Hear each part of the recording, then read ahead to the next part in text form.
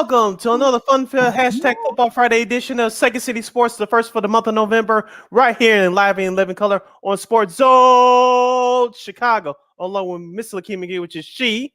I am Sydney Brownhead. That's me. You can follow yours truly on the Twitter and the IG at SidKid80. Once again, it's SidKid80. That's SIDKID80. That's SIDKID80. You can follow me at Kingdom McGee on the Twitter and at Kingdom McGee on the IG. And you want to 3, 2, 1. This is live, folks. Make sure you download that Sports Zone Chicago app today. You want to know why? Because we said so. That's why. And also, so you can catch all the 5 live shows throughout the week. So if you happen to miss them, you can go back and listen to them and watch them at your own leisure. Make sure you download that Sports Zone Chicago app today. Speaking of Sports Zone Chicago, you can go to sports, find Sports Zone Chicago rather on all social media platforms on Facebook, Twitter, Instagram, and YouTube. Once again, please find Sports Zone Chicago on all social media platforms on Facebook, Twitter, Instagram, and YouTube. You want to catch the audio version of this great show? You can do so by subscribing to our podcast at War on Anchor. We are available on all podcast platforms, including the iHeartRadio app. Make sure you type this in your search engine boxes on those podcast platforms. You ready? WARR on Anchor. Once again, at War on Anchor. And you can follow War Media at WARR Media on Facebook, Twitter, Instagram, and YouTube. Once again, at War Media on Facebook, Twitter, Instagram, and YouTube. And thank you very much in advance for your support. Like, share, subscribe, and tell your friends. We are unapologetically fun, and we have very definite opinions. If you have any definite opinions during our 2-hour live extravaganza we call a Sports Talk Radio Show, you can always go to Sports Zone Chicago's Facebook page or Sports Zone Chicago on YouTube. Type in your questions or comments in the comments section. Lakeena will get them up on the screen for you. But if you decide to troll and or do something stupid, I've given Lakeena full vote to give you fools to be a little bit boot. Bye-bye. And before we begin, we must remind you that Sports Zone Chicago is now available on Roku TV. That's right. Sports Zone Chicago is available on your Roku television. So celebrate with the squad and get with the program. Sports Zone Chicago is on Roku TV. If you already have a Roku TV, just tap on the sports folder and go to Sports Zone Chicago. Download it that way. If you don't have a Roku TV, that's okay. You have a few handheld devices laying around, your iPad, iTouch, iPhone, smartphone, PC, your Chromebook like I'm using right now. Just download the Roku TV app and access Sports Zone Chicago through that avenue. So no more excuses and get with the program. Sports Zone Chicago is now on Roku TV 24 hours a day, 7 days a week, 365 days a year, live and on demand. And we're also on Twitter now, too, so you can follow us at Sports Zone Shy. That is... Yay! So Sports Zone Shy, that's SPORTSZONE Shy, short for Chicago, CHI. So make sure you check us out. Also on Twitter, anytime you want, you follow us. We get the latest news, all the live shows. It's all right there for you. All right, Lakeena, let's get to it. We're talking about the Bulls and the NBA at large to start off this program. The Bulls had a perfect 2-0 week so far. They beat the Brooklyn Nets in Brooklyn on national television, 108-99, and then came back at home to beat Michael Jordan's Charlotte Hornets 106-88. Lakeena, just quick observations. The starters, they didn't look so hot as a group, but the bench has been picking it up these last couple of games. In particular, Goran Dragic and my guy Javonte Green, he had 17 big points to help the Bulls pull away in that fourth quarter, including 3 for 3 from three-point range. But it's been the play of Zach LaVine that has Bulls fans raving. Is he back yet? Will he take any more games out? Is he starting to come into form? He proved to you on Tuesday, scoring 20 of his 29 points in that game against Brooklyn in the fourth quarter. He really rose up to the occasion. Lakeena also, too, I know we'll break this down coming up, but I've really been liking the play of Ayo Dosunmu. I know he's replacing Lonzo Ball, who's currently injured. Hopefully he returns in the middle of the season. But Ayo Dosunmu's confidence is starting to rise again. So I like the way he's been playing. But Patrick Williams, these last 2 games, I told you a week ago, give him a couple more weeks. If he doesn't get it done, then kick him off the starting lineup. These last 2 games, he stepped up big time, playing 33 minutes apiece. Zach with the drive. Oh, 3 to hard way. Looking for a screen. Derek Jones comes up. Oh, and I thought those were like current highlights, but I guess not. That was from the Sixers game. Okay, but look, that Hornets game, especially. We'll talk about the Nets game first. That Nets game. Zach LaVine had a big fourth quarter, as you said, to try to get it going. And look, the Nets have their own issues. We'll get to that in a second. But that was a really great showing by the Bulls. And remember, they actually swept the Nets in the regular season last year. So the Nets the Bulls have had the Nets number lately. So not sorry about that. Now the Hornets game was a little bit worrisome because they were traveling. They were off on a high from that game. That previous night against the Nets. But they struggled. They struggled a bit. DeRozan only had 9 points, but it was the bench that stepped up. Javonte Green had 17 off the bench. Goran Dragic showed a little bit of that old Goran Dragic that we saw some of his peak career, 16 off the bench as well. So it was nice little team win on both ends. And I think look, if they're 5-4. If you saw earlier, Zach LaVine actually hit a full court shot in practice. So that could be, hopefully that's a good omen for the Bulls. Yes. So tonight, because they got a tough one. I'm sure the Celtics are going to want their revenge from a couple of weeks back when they came back and the Bulls came back and beat them. So hopefully that will propel. Hopefully that was a good omen for tonight. So, but look, I think the Bulls, the Boost has been really solid for the Bulls. The bench has been very good. So look, I think this is what you want. If the Stars have a bad night, they step up. The Stars can be a little bit, have a great game, and the others, kind of step up and sort of like fill in that role. So, what, I think this is what you want if you're a Bulls fan. And I'm also going to make you proud right now, Lakeena, and to those Bulls haters out there, Bulls Nation. Nikola Vucevic has stepped up, especially defensively this year in the rebounding department, averaging close to 12 rebounds a game. I know he missed a triple-double, not a triple-double. He missed a double-double the other night. I believe it was the Brooklyn game. He had 7 points but grabbed 15 rebounds. He's really been active on both ends. On the defensive end, grabbing those extra rebounds that he couldn't do a year ago. Also, too, he took advantage of Kevin Durant of the mismatch a couple of times during the later stages of the game on Tuesday. It's been remarkable to see Nikola Vucevic being more aggressive, especially in the post, where we were begging for him to do that last year where he got the matchup. He just wouldn't do it. This year, he's adding that more to his game. Absolutely, and that's what, look, he pulled up a little bit. He lost a little bit of weight, so you're seeing that pay dividends for the Bulls so far. And look, I mean, yeah, he had his struggles, and look, I know all the Vooch haters are out there, but look, you can't help but think that I think he's starting to kind of find that groove, and this is a Vooch that we were hoping to get. When we got that, the Bulls got that trade from the Magic, so we're starting to see that a little bit. Will, I think he saw some of the criticism that people have been throwing at him. It kind of took it to heart, so. I'm not, look, at this point, I'm not too worried about the Bulls. They got a pretty tough schedule coming up. They got Boston, of course, tonight. On Sunday, they got the home and home, back-to-back home and home against Toronto.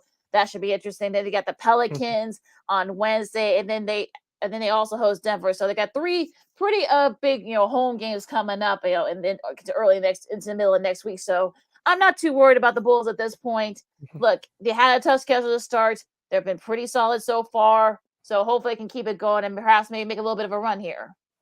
You're listening to Second City Sports on the hashtag Football Friday edition, the first for the month of November, along with Miss Lakeena McGee. I am Sydney Brown. We're talking about the Chicago Bulls at the NBA at large. You have any questions or comments for us regarding the NBA? You can always go to Sports Zone Chicago's Facebook page or Sports Zone Chicago on YouTube. Type in your questions or comments in the comments section. Lakeena will get them up on the screen for you. Shout out to our guy, Mr. Money Earning Mount Vernon fairly. Did the Lakers win a game? Yeah, yes, they did. Now they've won the last 2 games. And now since we thanks Vernon for that comment. And we're going to kick off our NBA segment by discussing the Los Angeles Lakers. How about Matt Ryan, Lakeena? No, not the NFL quarterback for the Colts, but the backup small forward / shooting guard for the Lakers. Game tying 3 as time ran out on Wednesday against the New Orleans Pelicans. I had the chance to watch some of the game live via this computer screen. The play was not called for LeBron, but Matt Ryan hit that left right corner 3 to send the game to overtime. The Lakers took it over from there and won the game. They're now 2-5 on the year. Lakeena, break up the Lakers. What's going on? Well, yeah, I think Russell Westbrook's finally starting to find his sort of like his shooting touch again. And that whole thing, like you said, with that shot by Matt Ryan. Now I know people are wondering, like, wait a minute, that's not not that Matt Ryan. There was actually he's actually a rookie. But look, I think that was a sort of like that might have inadvertently gave a little bit of sort of that bump that they needed. And look, if you're the Lakers, look, you can kind of start get into a little bit of a run. You're 2-5 right now. You run your last couple of games, so maybe Jarvan Ham is starting to kind of figure it out a little bit with the Lakers.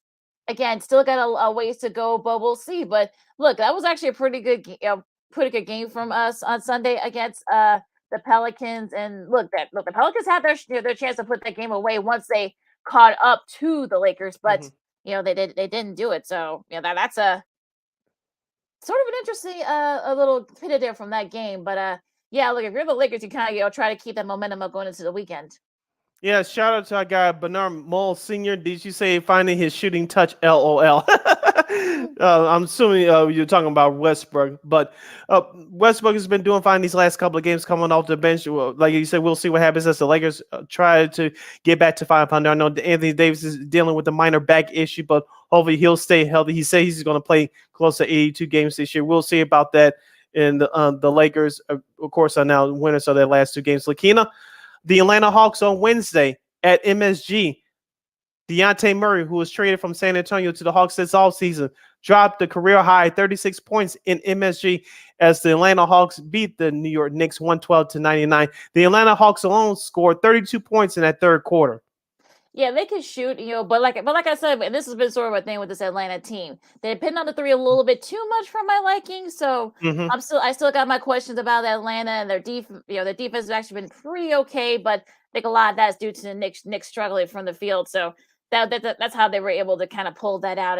The Hawks were able to pull that out. So I know they're 5-3, but again, I'm not a believer in Atlanta just yet. I know they made that big trade, for Murray, but again, I still want a bigger sample size.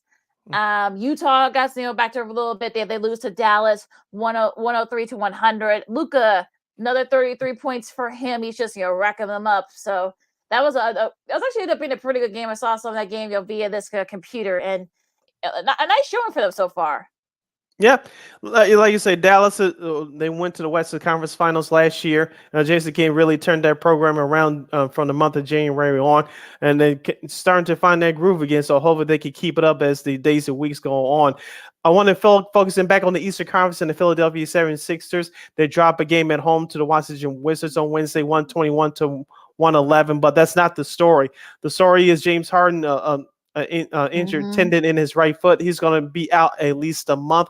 I think the Philadelphia Sixers can get by. We all know that James Harden is one of the best scorers in this era that the league has ever seen. But as usual, it's not about the regular season for him. It's about the playoffs for him. So I think that Philadelphia can get by, but it's going to be tough. But hopefully that Joel Embiid can stay healthy through this stretch until Harden returns. If he doesn't, it's going to be trouble. But I think Philly can get by, but barely they can get by without James Harden for a month.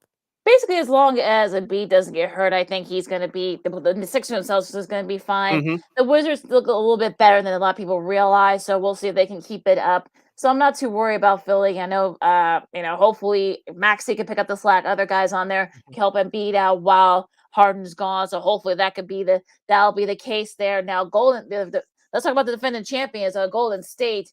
They lost a couple of tough games, including one yesterday against Orlando.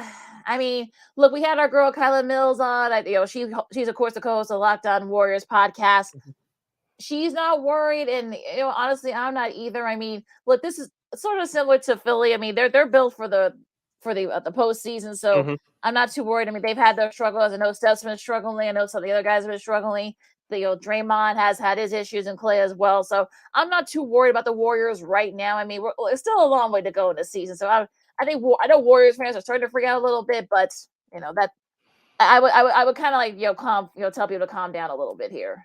Yeah, the Warriors are the second defending champion in NBA history to start their season losing the first 5 games in a row, and blowing a 16-point lead last night Thursday at Orlando, ties for the third largest lead blown under the Steve Kerr era. Lakeena, real quick, last night, I know you saw that final play. Did Steph Curry make the right decision? Of course, so he passed it to Klay Thompson. Klay Thompson, as the time was winding down, had a one-handed run in, and he damn near made it. Yeah, it was just a bad look. I mean, I think it was the play was fine. I think it was just that he didn't hit it. And I think that was sort of the thing. I know some people felt that maybe Steph should have taken it, but look, I mean, Klay was right there. And look, he's made some big shots too in his career. So I think people forget about that. So like I said, I'm not worried about the Warriors at this point. I mean, we're still we're not even 2 weeks, 3 weeks into the season. So I think, anything you see at this point it's sort of moot. So I'm not too worried about them. Yeah. So it's fine. I mean, Miami have a couple of big wins, of course. Miami beat Golden State on Tuesday. They also capped off, no letdown. Of course, they had to fight off against Sacramento, so they're kind of going on a roll a little bit. Milwaukee, again, they're kind of saving themselves, for a playoff run. They had a nice win against Detroit. That's a pretty good and improving Detroit team. Memphis got a big win against Portland on Wednesday. So again, at this point of the season, there's really look, I think no one should really freak out if you see anything. If your team's not doing well, the Warriors are doing well. Let's not worry about them at this point. Yeah, just a couple of the nuggets before we break down this weekend schedule. The Phoenix Suns beat the Minnesota Timberwolves on Tuesday. It's nice to see the Phoenix Suns get back in the win column. And the Los Angeles Clippers get back on track by winning the home-and-home series against the Houston Rockets. And Monday's game might predict by winner for MVP. Paul George hit the game winner on Monday. It was sweet watching it live via this computer screen. He was the man of the hour as he scored 30-plus points as the Rockets actually played well in that first game on Monday. Gave the Clippers all they can handle, but PG-13 stepped up and made the big shot. Did the same thing on Wednesday, too, against these two teams. So they were able to pull away late thanks to him. So hopefully maybe the Clippers are starting to put in a little bit of a run.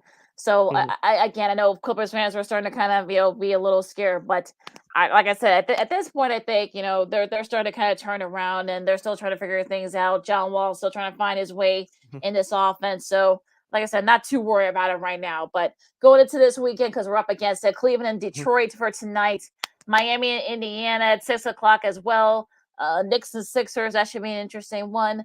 Brooklyn and the Wizards, that'll be interesting with all the stuff that's going on to Kyrie. We'll try to talk more about that with our girl Christine Manika later on in the show. Bulls and Celtics. I don't know if there's going to be like I don't know if NBC Sports Chicago is going to have, but you can watch it on ESPN at 6:30. That's the first game of that Friday night doubleheader. And Charlotte and Memphis, that's at 7:00. Charlotte and Memphis at 7:00. Also, too, at 7:00 will be the Clippers at the Spurs. 7:30 Raptors at Mavericks. That's Toronto at Dallas. For those of you scoring at home, Golden State will continue their road trip at New Orleans tonight at 7:30. And the second game of that Friday night ESPN doubleheader tonight will feature Milwaukee and Minnesota. Very late start for the folks in Minnesota, 9:00 local time. And, of course, at the same time, Portland and Phoenix. And then the Utah Jazz will visit the Los Angeles Lakers to wrap up the Friday night schedule. That's at 9:00. That Milwaukee T-Wolves games at 9:00. Like now Minnesota fans know how Bulls fans feel when they have to stay up through an 8:30 9:00 home game. Quick note, Lakeena, you will not get local Bulls coverage if you're in Chicago. So that's a fully nationally televised game. So no NBC Sports Chicago broadcast tonight. So that's 100% ESPN. Well, you can listen to it on 6-7 The Score with our girl Alyssa Bergamini, who was a part of that broadcast too. So make sure you guys check it out for your local folks here. Saturday's games tomorrow. We got Sacramento and Orlando. That's at 4:00. Brooklyn and Charlotte. Going off of back-to-back Brooklyn, New Orleans and Atlanta. That should be an interesting one. Same time, the Celtics, they gotta travel to New York tomorrow. That's part of the first game, the NBA TV doubleheader. That's 6:30. That should be an interesting one there. Yeah, finishing out the Saturday schedule, you have OKC at Milwaukee. You have Minnesota hosting Houston. Spurs at the Nuggets. That should be an interesting one. And then the second half of that NBA TV doubleheader tomorrow night, Saturday, Portland at Phoenix. And then for Sunday, we will have Chicago at Toronto at 5:00. So that's after the Bears game. And we'll get to the Bears later. At 2:30 on Sunday, we have Cleveland and Los Angeles to take on the Lakers. At 5:00, we have Washington and Memphis. And then at 9:00 on Sunday night, Utah at the Clippers. Yeah, they do that. It's the Lakers' turn to be first in that doubleheader there at the Staples Center. I'm still calling it Staples Center, folks. Yeah. So that's I guess that's really the theme here when both teams are at home. So I guess they alternate back and forth. But so that's your schedule for the NBA for this weekend. Yes, it's break time on Second City Sports #Football Friday edition. Week 10 of college football coming up with the preview. Can Illinois continue their march towards a Big Ten title berth? Tennessee and Georgia are on the cups of a matchup this weekend, and we'll give you our thoughts on the college football predictor Playoff. that came out this week. Yeah, playoff. It came out this week, and some folks are happy, and some other folks are just complaining, just like 5-year-old kids. We'll break that down, all that and more. As you're listening to Second City Sports, we're live and in lovely color. I'm Sid. That's Lakeena right here on Sports Zone Chicago. This year, my mom got me the perfect bag for back to school. These colorful binders help me stay organized. These headphones are just what I need for studying. These new sneakers are just what I need for the new year. This jacket is a real must-have. My parents got me the skateboard I wanted. It's pretty cool. These scissors really come in handy in art class. These colored pencils, too. These new socks, they can be a real lifesaver.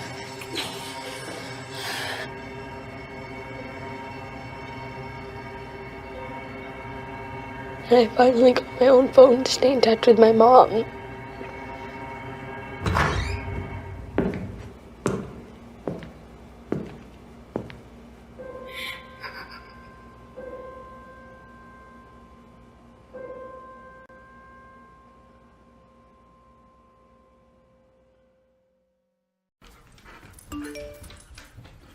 Trisha's having a sleepover tonight. Can I go?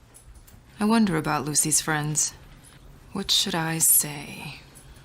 I know you're only 10, but one of these days a friend will offer you a drink. And alcohol at your age can lead to so many things. None of them good. So can I go to the sleepover? Lucy, I want you to promise me I something. finished my homework. Bigger promise. If there's any drinking, I want you to say, "No thanks, not my thing." Mom. I promise you. Your real friends won't care. Deal? Sure. Really? I promise, Mom. They really do hear you. Did you pack your toothbrush? For tips on how to start the talk, visit underagedrinking.samhsa.gov. A public service message from the Substance Abuse and Mental Health Services Administration.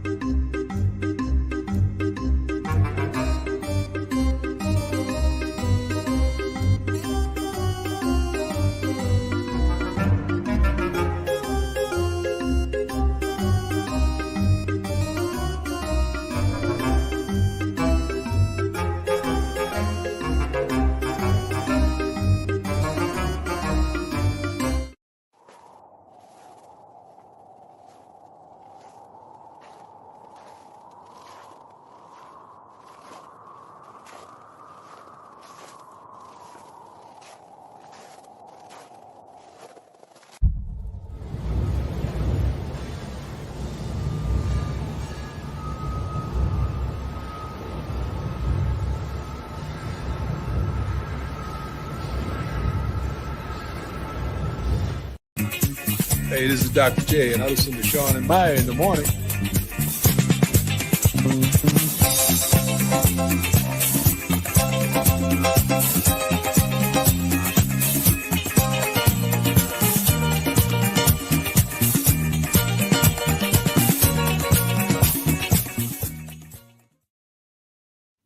Welcome back to Second City Sports on the hashtag Football Friday, the first show in November. I'm Sid. That's Lakeena, real live and living color right here on Sports Zone Chicago. You can follow yours truly on the Twitter and the IG at SidKid80.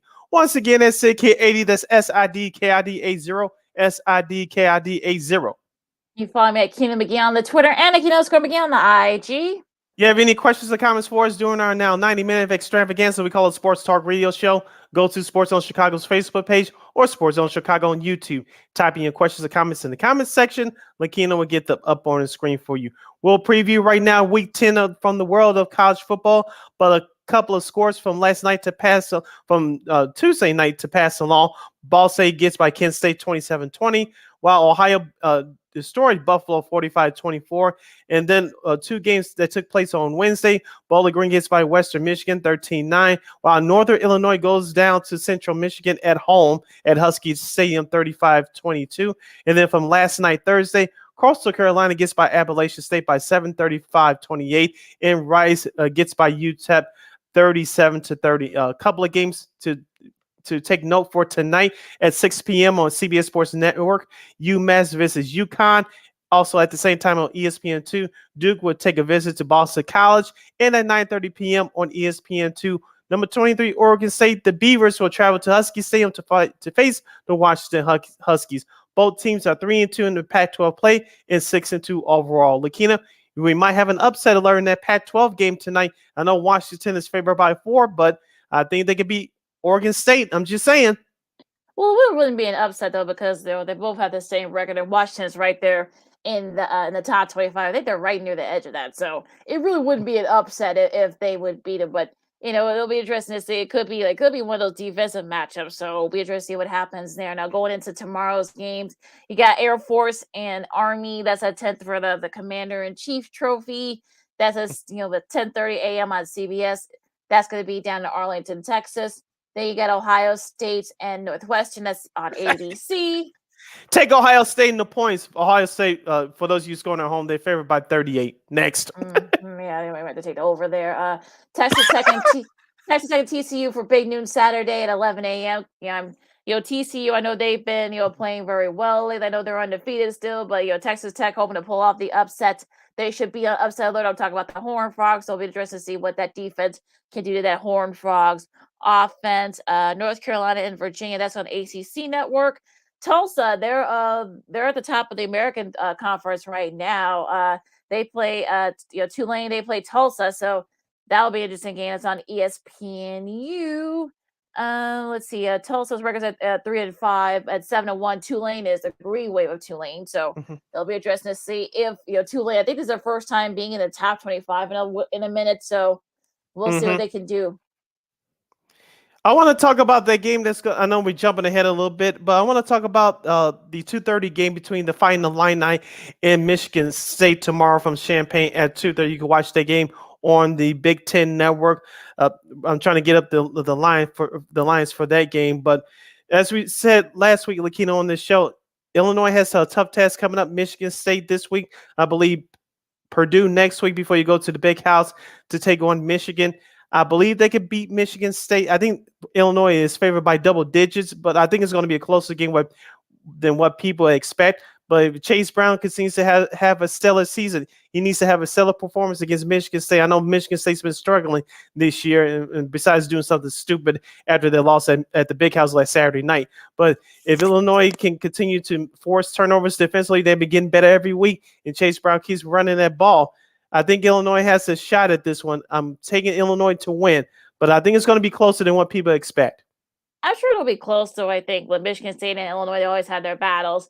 And look, they're getting a lot of attention now, Illinois is, so we'll see how they respond to that. But it'll be interesting to see what happens. But Illinois shouldn't have no issues with Michigan State. I mean, they'll, look, I'm sure they'll keep it close. I'm talking about Sparty, but I'm sure Illinois should pull away late. Now, going back to that, going backwards, Kentucky and Missouri, go back to the 11 o'clock games, I should say. Kentucky and Missouri, the Fighting Mike Burgers, as we call them, they'll face each other on SC Network at 11 a.m. Florida and Texas A&M, that'll be on ESPN, the first game of that. They're quadruple header there. Minnesota and Nebraska on ESPN2 at the same time. Iowa and Purdue hoping to keep pace with Illinois in that Big Ten West. That should be a good one there. 11 a.m. on FS1. Maryland and Wisconsin, 11 a.m. on Big Ten Network. Let's see. The big one here, Tennessee, number 1 in the playoff standings. Look, I know some folks were upset about Tennessee. I thought it was interesting that they had Tennessee at number 1. I thought this would be the reverse, but look, like I said, I think, and I'm going to keep saying this, look, things will change, so I don't think people should, freak out. Tennessee's at number 1. Oh my God. Look, a lot of this will change, as the weeks go on. It's going to be about 4 or 5 times, and it might change a lot of these 4 or 5 times. Definitely will change tonight as Hendon Hooker and Jalen Hill and the rest of that Volunteers offense. They'll face a defense a Georgia defense that will be without Nolan Smith, one of their top defensive guys. He's done for the year with Jalen Hyde, I should say. Nolan Smith, for Georgia, he's done for the year with that Liz Frank injury, I believe. So a big part of that defense, although Georgia's defense is very deep, so I'm not too worried about Georgia, but this could definitely come down to whoever has the possession of the ball last. Yeah, as we talked about it all season long so far, Lakeena, Tennessee has passed a couple of big tests, winning the game against Florida at home and beating Alabama at the buzzer with the last second field goal at home. This time they go on the road to face the defending national champions. I'm looking for Jalen Wright, the big running back from Tennessee, to have a big game. And Hooker, he better not turn the ball over. He got away with it against Alabama, but if he does it against Georgia, you can say goodnight, Gracie, to Tennessee.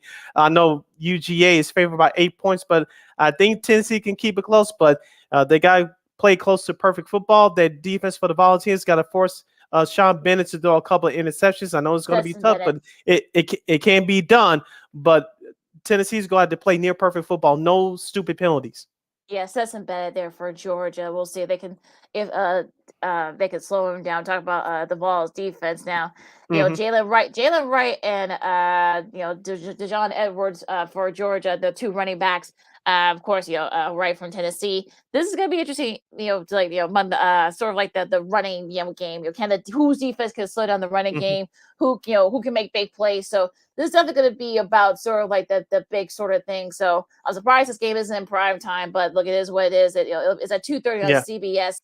So if you're CBS, your Rays have been pretty good this year. So this should be a classic one here. Now, Oregon and Colorado at 2:30 on ESPN. Oregon should have no trouble with Colorado. They're still right there in pacing the Pac-12. Penn State and Indiana, that's at 2:30 on ABC. Oklahoma State, it looks like they might be without Spencer Sanders. I'll talk about OK State, hoping to bounce back, from that, that humiliating loss against K-State.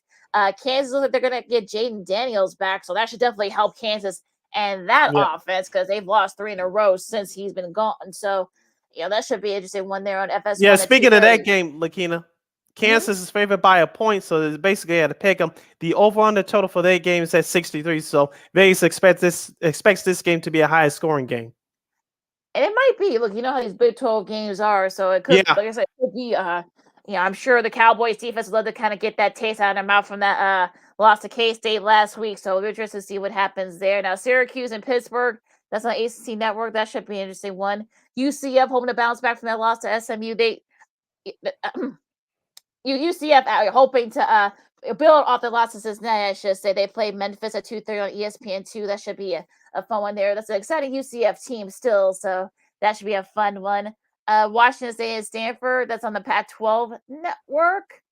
Let's see here. Cincy hoping to bounce back from that loss to UCF as they host Navy at 3 o'clock on ESPNU. Another big one here in the SEC at 6 o'clock on ESPN. You got Alabama and LSU. I'm looking forward to this one. Yeah, I'm wondering if they're playing kill with kindness. I guess Nick Saban is trying to play a little bit of kill with kindness kind of thing. Complimenting Jaden Daniels from LSU, and see what they how great he is and such. So I guess they're kind of playing reverse weird psychology there. Bryce Young hoping to you guys get that good showing against the LSU defense. They're going to be facing a big test. I'll talk about the LSU defense and the penalties. The penalties have killed Alabama, especially on the defensive side. So they're definitely going to have to limit that. They want to try to. I know Death Valley is going to be rocking. So this should be another great one. Yeah, can Brian Kelly get his guys fired up to play Alabama? It shouldn't be no problem because they're at home. Like you said, Alabama is the big one of the big programs in the country. I know Alabama is also favored by 13.5 points, but if you're LSU, you had to play damn near perfect football as well. You mentioned about the penalties on Alabama side, on the defensive side. The offense better not screw up for LSU. I know they struggled coming out of the gates at the start of the season, but they picked it up the last couple of weeks, and they're going to face a big test at home against Alabama. If I was a betting man, I would take LSU to cover. I don't think they're going to win the game, but I think they'll play well. Should be an interesting game there. Another interesting game in the Big 12. We got number 24 Texas against K-State. K-State, just like I said, they hammered OK State last week, but they got a Texas team that's actually been improving, so it'll be interesting to see if they can keep up with that. I'm sure the defense for Texas would love to, kind of slow down that K-State offense. So it'll be interesting to see what happens here in this game.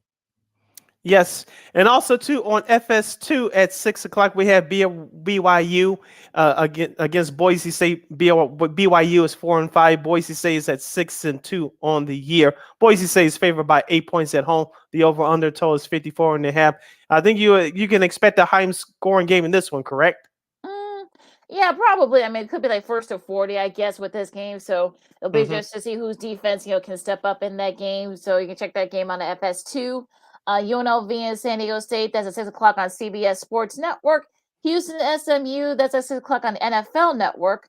Clemson and Notre Dame. I know Notre Dame's been improving lately, but I think Clemson, they got the week off from that win against Syracuse. And I think Dabo's guys are going to be rested and refreshed and ready, wanting to make a statement, especially since they're right there in the driver's seat in the ACC. Mm-hmm. That'll be streamed. That'll be both NBC and be streaming on Peacock. That game, that Clemson Notre Dame game. Yeah, Michael Meyer, the big tight end for the Fighting Irish, he needs to have a big game. He has 6 touchdowns on the season, off of 47 catches for 580 yards. But the Notre Dame defense, they better force a couple of turnovers, or else it's going to be a long night. Oh yeah, we'll see what happens in Michigan and Rutgers. I know that they were able to exercise those demons from that beating a Sparty finals for the first time in a couple of years.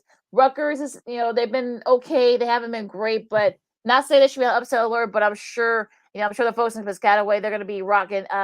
Hopefully Michigan avoids that trap. I'm not saying this is going to be a trap game for Michigan, but I think if you're Michigan, you try to want to keep your eyes on the prize, because you're going to want to be undefeated as you get go towards not just a playoff, but also when you have that battle with Ohio State in a few weeks. You listen to Second City Sports on the hashtag Football Friday edition. I'm Sid, that's Lakeena, as we preview Week 10 from the world of college football. Continuing with the schedule for Saturday night's games tomorrow at 6:30 p.m. on the Pac-12 Network. 3-5 Arizona will travel to Rice-Eccles Stadium to face the Utah Utes, who are ranked number 14th in the country. Arizona 3-5. Utah is 62 overall. 4-1 in Pac-12 play. Utah is favored by 18 points. Should Utah be on the upset alert or no problem? I think they should be a little bit, because I think Arizona, look, they've got a new coaching staff. They're starting to find out what they have. So I'm sure Arizona will probably be right there. I know Utah will probably pull away late, but I think Arizona won't be proven to be any pushovers. Auburn, Carnell Cadillac Williams, but get ready to feel old, folks. A former standout running back from Auburn, who's now an interim coach.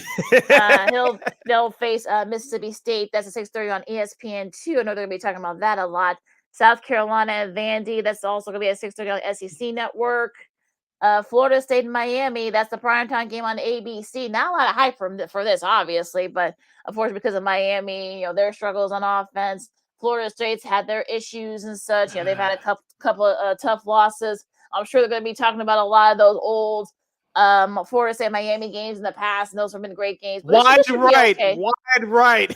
This should be. I don't know if it's going to come to that, but should be an entertaining one nonetheless. That's at 6:30 on ABC. At 7 o'clock on the ACC Network, we have 21 ranked team in the country, Wake Forest, the Demon Diggers at 6-2. They'll travel to Carter Finley Stadium to take on the NC State Wolfpack, who are ranked number 22 in the country. They're also at 6-2. Both those teams are 2-2 in ACC play. Wake Forest is favored by 4. Wake Forest has been kind of under the radar as far as nationally, Lakeena, but they've been doing very well overall this season. NC State, kind of the same thing. What, in your opinion, what gives here in this matchup? It's going to be the defense. I think both of the defense are going to step up in order to kind of slow down the other, and it'll be interesting to see, which team can respond. Wake Forest has kind of been up and down since it lost to well, actually both teams have been up and down since those losses to Clemson. So, try to keep pacing that in their division. So this will be an interesting matchup here. It's definitely a pick 'em here. California and USC. That's the late game at 9:30 on ESPN. UCLA and Arizona State. That's an FS1. That's the 9:30 game there. Colorado State and San Jose State at 9:30. Also to tap it off, Hawaii and Fresno State. That's at 9:30 on FS2. All right, so that's your Week 10 schedule from the world of college football. As you listen to Second City Sports on the hashtag Football Friday, I'm Sid, that's Lakeena, live in Living Color on Sports Zone Chicago. We have a couple minutes left, Lakeena, before we shut it down for hour number one. The first rankings came out this week. Illinois is ranked in the teams, but as we mentioned during the preview, Tennessee is ranked number one overall. I know you have the ratings in front of you. As we said before, these things can change and will change. I'm not really upset at all because you remind us every year. Many of us smart folks listen, but some of you irrational, emotional wreck folk just have to say something. And as I said before, ESPN knows what they're doing to keep college football in the bar burner in terms of minds of sports fans, but it's really nothing to complain about here. It's going to change. Yeah, Tennessee, Ohio State, Georgia, and Clemson. Those are your top four as of right now. Like I said, this is good. This is gonna change about 4 or 5 more times before December. So I think folks who are upset that, oh, why is Tennessee number one, or why isn't TCU in the top 5, or this and that? I think folks need to just relax and just look. It all works itself. Everyone has to play each other still within their own conferences. TCU still has to play Texas. Oregon still has to play Oregon State. Alabama still has to play. They got a tough one coming this week against LSU. Georgia and Tennessee are replaying each other tomorrow. So I think people need to kind of just chill and just let the chips fall. Look, if it happens to be a lot of weird things happening, look, that's usually what happens. But again, we'll see. Illinois is 16 right now. We'll see how. They're gonna look. There's gonna be a lot of people gonna be gunning for me, especially coming up tomorrow. So I wouldn't worry too much right now. It all works itself out in the end. And just going with Illinois for a minute, great job by Coach Brett Bielema. I think many people, including yours truly, expected a bowl game this year. But as I said before, can they get to 10 wins? I think they can. I think they'll beat Michigan State tomorrow. They'll give them 8. And, of course, you have Purdue left on your schedule. Then you have to go to the Big House in a couple of weeks to play Michigan. And then you come back home to wrap it up on Thanksgiving week against Northwestern. Now, assuming they beat Michigan State tomorrow, that's 8 wins. Northwestern should be 9. If they split those 2 games between Purdue and Michigan, which it has a good chance of happening, they'll get to 10 wins and they'll definitely play in the Big Ten Conference game. Will they get up to even a top 10 ranking? They should, but we'll see what happens. I'm interested to see how they respond against Michigan State tomorrow. But I'm really looking forward to next week how they'll respond against Purdue. Well, Purdue has Iowa, of course, tomorrow. We talked about that. Of course, Illinois, Northwestern, Indiana. So they got a pretty easy schedule as well. That Michigan game is a wild card for Illinois. They got to go to the Big House. Yeah. I mean, look, it'll be interesting to see. I'm sure Jim Harbaugh is, again, going to probably kill him with kindness. Again, he'll praise Chase Brown and his brother, twin brother Sidney. Not that Sidney, but his twin brother. They got a couple other top guys there still. So they're gonna look. Illinois is gonna be good getting their tests. They're gonna have to get their tests. They're gonna get their tests on Michigan, and they're gonna Michigan State, and they're gonna get their tests against Purdue. So we'll see what this team is made of. And they gotta wonder though. I mean, no one's gonna be caught off guard by Illinois. So real quick, Lakeena, before we move on. Yeah, before we move on, Lakeena, assume that Illinois wins tomorrow and next week against Purdue. Do you think, even though it's in Michigan, do you think Michigan would get the game day crew? It depends on what's happening around it. From that, they could. Because I don't think no one thought Illinois would get to this point, but it'll just be dependent on what happened in the other game. Because I think it's gonna be a big noon game. I think that Michigan Illinois game, if I'm not mistaken, that should be prime time if Illinois takes care of their business. I mean, they haven't decided what's going to happen yet, but again, you don't know. You just don't know at this point. So we'll have to wait and see. We got a few more weeks before any of that happens. You listen to Second City Sports on Sports of Chicago. Lakeena McGee, Cindy Brown. Now we got a few more minutes. We know we're going to have Jordan Lazowski from Sox on 35th podcast, but we got the World Series, of course. Houston won that pivotal Game 5 last night. This caps off the combined no-hitter. Look, I know some people will say that, a combined no-hitter is not as exciting as a solo no-hitter, blah, blah, blah. But look, I mean, I know. Christian Really? Christian Javier, I mean, he was part of that combined no-hitter. Well, started a combined no-hitter against the Yankees a couple of months back, but also Ryan Prescott capped out both of those. He's the first player to really had done that too, to finish both no hitters. So that was a pretty cool moment there. But they came back and won it, and won Game 5. Of course, the Astros complete the third no-hitter in postseason history. Of course, the Don Larson perfect game. And the late Roy Halladay, may God rest his soul, follows through with a no-hitter in his first postseason start against in the 2010 NLDS. So for the Phillies. So, this is definitely like, look, I think Houston, it kind of shown you that, they lost, the opener against Philly at home, but then they've been able to come back and win that. Lost that tough one against game 3, but then they came back. They put that game 4 that they really needed. They won that game, and now they've won the Thursday's game, which is yesterday, and now they're 1 game away from getting their second World Series. Here's the thing we talked about last week, Lakeena, and we talked about this on our show, our last show on Monday as well. It's going to come down to the bullpens. Obviously, Houston has a big advantage of that right now. Their offense hasn't been that exciting, as we say in the playoffs. Runs come at a premium, and that's what's been happening to Houston these last couple of nights. I know Philadelphia, how quickly they get over that no-hitter. We shall see. I know they scraped out 2 runs last night, but it wasn't nearly enough.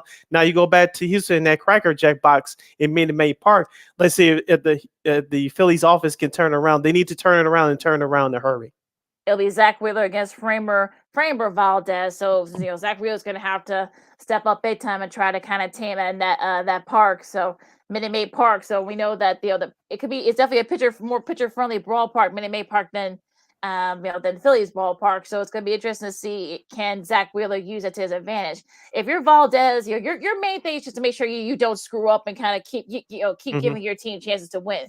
You're Zach Wheeler, you want to try and, I know the crowd's going to be really into it at Minute Maid Park. So, I mean, it's going to be interesting though. I mean, I feel, look, this is make or break for the Phillies. So I know they're playing with house money, but I think if you want to try to, force a game 7, you better, Zach Wheeler, you're one of the best stars. You better try to get it going tomorrow.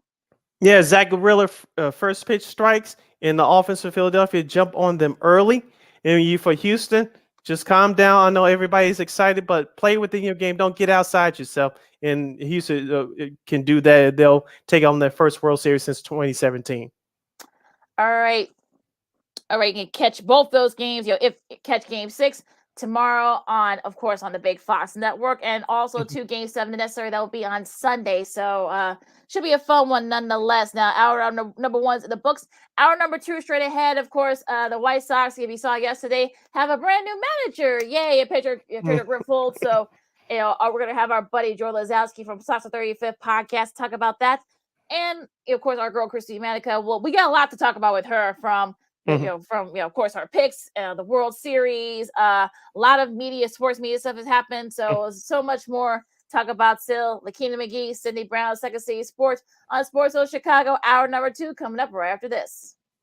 No, I don't know though. I'm scared. I mean, you're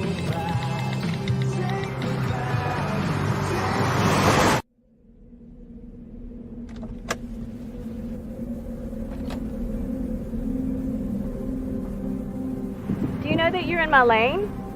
No, not at all. Are you not paying attention? Are you texting? I was just checking in with my mom. I was telling her that I thought we'd be home by 6. It's okay. There's enough time. Just pay attention. I'm not even halfway through my text. There's no way. I'm not even going to look up. My babies are in the car. You have to pay attention. It's just supposed to be a quick text. I'm so sorry.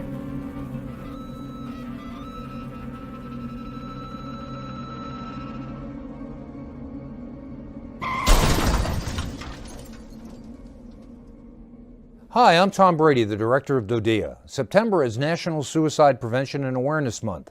The simple act of reaching out and caring for those in our communities is something we all can do. Just being there for someone you care about can be a tremendous first step in getting them access to confidential resources and support that they need. It only takes one person and one small act and 1 minute to make a difference.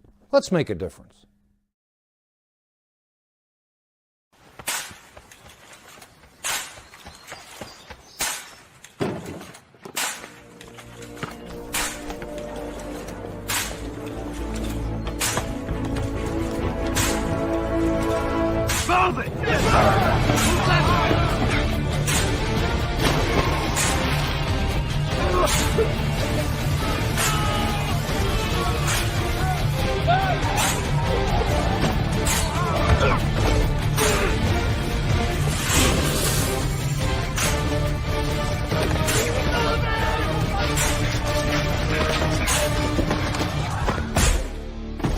Many will hear the calling. Few will earn the title. United States Marine. The few, the proud, the Marines.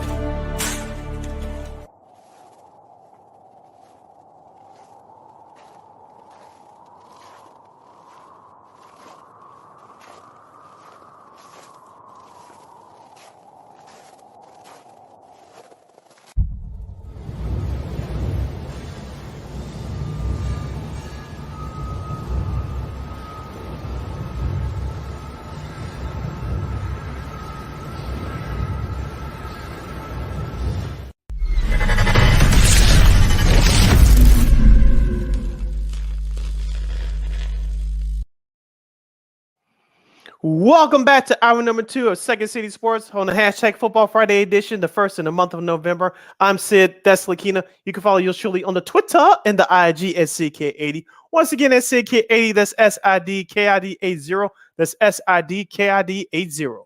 You can follow me at Keenan McGee on the Twitter and at Keenan_McGee on the IG.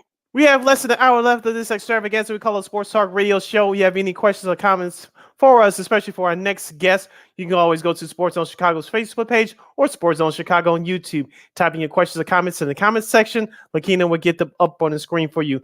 Lakeena, let's not waste any time. The Chicago White Sox have a new manager. His name is Pedro Grifol. And to help us talk about that in the future plans for the White Sox for this upcoming offseason, we bring out our good friend of the show. He's from Sox on 35th. You can go to that website at soxon35th.com. Here comes our guy, Mr. Jordan Lazowski. Jordan, welcome back to the show. How are you? Good. Thanks for having me back. Happy Friday, everyone.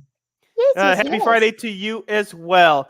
Jordan, looking at that press conference and listening to it yesterday, obviously as a Sox fan, I'm energized by it. Pedro's name didn't get popped up. It didn't pop up anywhere. It was Ozzy. It was a few other guys like Pedro, Joe Estrada from Houston and some of the other retreads Washington as well, Ron Washington as well. What did you think about the press conference yesterday? I think, when you're looking at a new manager, you always want them to win the interview. Like, have a good press conference, say the right things. And I think, if that's what you're looking for as a Sox fan, you absolutely got that yesterday. He called out kind of what Sox fans have been talking about for quite a while now: the hustle, the energy, the effort, the intensity with which they play. He made that a huge talking point throughout his press conference. I think that was very targeted for a good reason. And on top of that, if you're someone who's a little bit more like me, who's super analytically inclined, you saw some confidence in him when he talked about sort of how he views analytics, how he's going to incorporate as a manager, how he's going to build a staff that incorporates it. So you look at that and you say, yeah, he won the interview. He did a great job with it, and you feel better as a Sox fan going in. I think cautious optimism is the word that's been thrown around a lot, and I think that's a fair way to kind of view yesterday. Now, if you saw Rick Hahn's at presser, he sounded like a little kid, right? He finally got the present he wanted for Christmas, as opposed to a couple years ago, he was just, like, oh, I'm not saying anything, blah, blah, blah. Now, it looks like he finally got his guy. So, it'll be interesting to see. Now, his guy has to deliver. And do you think, can he? Because we saw Pedro talk to Eloy yesterday in Spanish. So, the communication thing, I think that was really what won Rick Hahn and Kenny and the rest of the White Sox brass over. So what do you think? Can he be that answer to kind of build this team? I think it depends on what they do the rest of the offseason. I think it's absolutely something where, you're going to experience growing pains with a new manager. They're going to make rookie type mistakes, and you'll be like, oh, well, if we had a more experienced manager, would this happen? I don't know. So you're always going to have those situations. But if you build around a team that's good enough to kind of work through those mistakes, I think we've all said it a lot. This current iteration of the White Sox is pretty good you can kind of just run a monkey with a typewriter out there, just kind of put the lineup out. And as long as you do that and stay out of their way, they should probably be fine. And it's still very much the same roster. But at the same time, when you're talking about playoff management, playoff decisions, things like that, yeah, it's fair to question that because it's a brand new manager, but also it's not going to matter if you don't kind of finalize the team surrounding him and surrounding the staff that's currently there. Yeah, we hanging out with our guy Jordan Lazowski from Sox on 35th podcast and SoxOn35th.com. He's hanging out with us on the Friday edition of Second City Sports on Chicago. Sid Lakeena here with you. Jordan, filling out the rest of that coaching staff, we know Ethan Katz is one of two coaches that is returning from the previous regime. Charlie Montoya's name has been thrown out there to be Mr. Pedro's bench coach. How do you, if this move is true and is finalized, what do you think about this potential move? Yeah, so when you look at Montoya, for example, when you hire a brand new manager, you're probably going to find a bench coach who has managerial experience. And not too many of those guys exist because if you have managerial experience, you probably want the manager job. And in this case, with Montoya getting fired this year, and according to Recon, multiple teams interested in employing Montoya again this year, probably as a bench coach, you had to move quickly. You had to get your guy because this is someone who has experience, who can help Grifol through some of those early growing pains, early learning pains, things like that. So that's sort of the move that I think a lot of White Sox fans expect. If you're going to put someone brand new in the dugout, who's never been a manager before, well, you better help him out with who you put on his staff. As for Ethan Katz, I think we've talked about it a lot. Pitching wasn't the main problem for the White Sox last year. The offense was, the defense was, the accountability was. And I think it's a vote of confidence for Ethan Katz, for the White Sox to say, yeah, we're going to overhaul our entire staff, but you're the one guy who's going to survive. I think that should be a vote of confidence for him. Okay, then let's talk about sort of like the player movement and such. Now we'll start with, of course, Jose Abreu. Now there are rumors that maybe they may trade him, that he may just let him go. There's some, I'm sure there are going to be some that want him to stay. What do you think is going to happen to Abreu? I'll be honest, I think he's gone. I think you look at it from the roster, and it's not Abreu's fault necessarily. It's not Abreu's fault that the White Sox have a roster that really doesn't fit him right now. It's you either got to pick Jose Abreu or you got to pick Andrew Vaughn. Eloy's a liability to himself in left field. Vaughn's not a good outfielder, and Rick Hahn has said we are not going to put guys out of position next year if all goes well this offseason.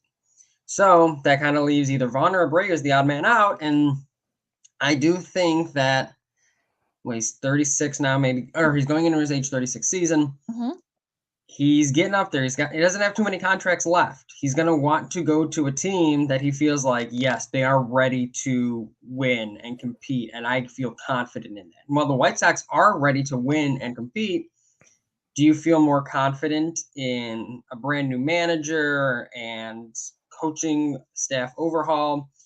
Or do you feel more confident in, say, a team like the Astros, who have an aging first baseman of their own that's a free agent, a team that's been in the ALCS 6 years in a row, hasn't had a lot of turnover in their coaching staff, is in the World Series and is one game away from winning the World Series? Where do you feel more confident if you only got one more contract left?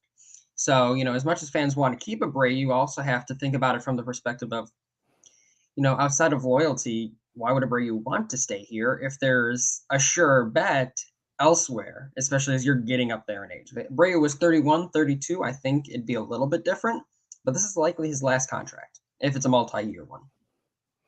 Let's go to the starting rotation. Jordan, Johnny Cueto, he had a great year for the White Sox at his age. I think if he's going to be brought back, he'll be brought back on a one-year deal. I know what Davis Martin did toward the end of the season. He got injured in his last start in that last game against Minnesota. Where do you see Johnny Cueto landed? Do you think that the White Sox will bring him back, or is it too much money is going to deter him to go somewhere else? I view it as Cueto will probably earn typical fifth starter salary, so about $10 million next year. Mm-hmm. Would you rather pay $10 million, which he's earned? Don't get me wrong, he has earned Mm-hmm. that. Would you rather pay that $10 million for 37, 38-year-old Johnny Cueto, or would you rather spend that $10 million on a younger starter, maybe a multi-year deal that's $10 million average annual value, where would you rather put that money? You also have to consider the fact that Cueto down the stretch this year sort of faded a little bit. You saw the numbers really start to regress a little bit. He was great. He was awesome to watch all year. But the beginning of the season and the end of the season, he was a different pitcher in terms of overall results. You also have to take that into effect, or that into account when you're making this sort of decision. So I don't think he ends up back with the White Sox. I think, if they did, great. It'd probably be on a smaller 4-year or $4 million deal like they had this year. But once you get that production for $4 million, it's hard to want it at $10 million too. Like you'd rather try and find that elsewhere. Do you think?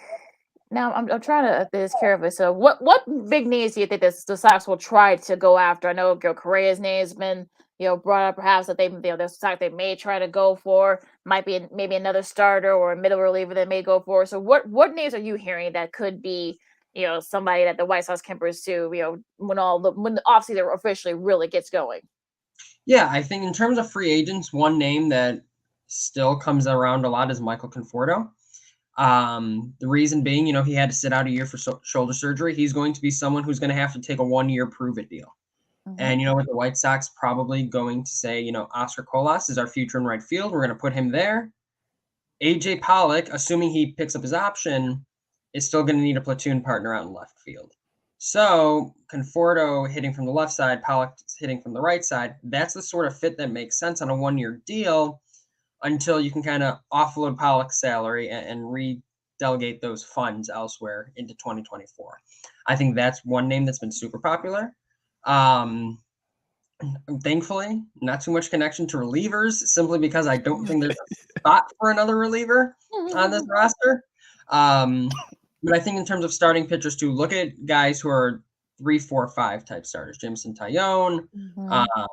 If you're looking for like a bounce back candidate who's going to get maybe a smaller deal, Mike Minor. Martin Perez had a great year in Texas. He's a 5 type starter who you might see come in on a deal.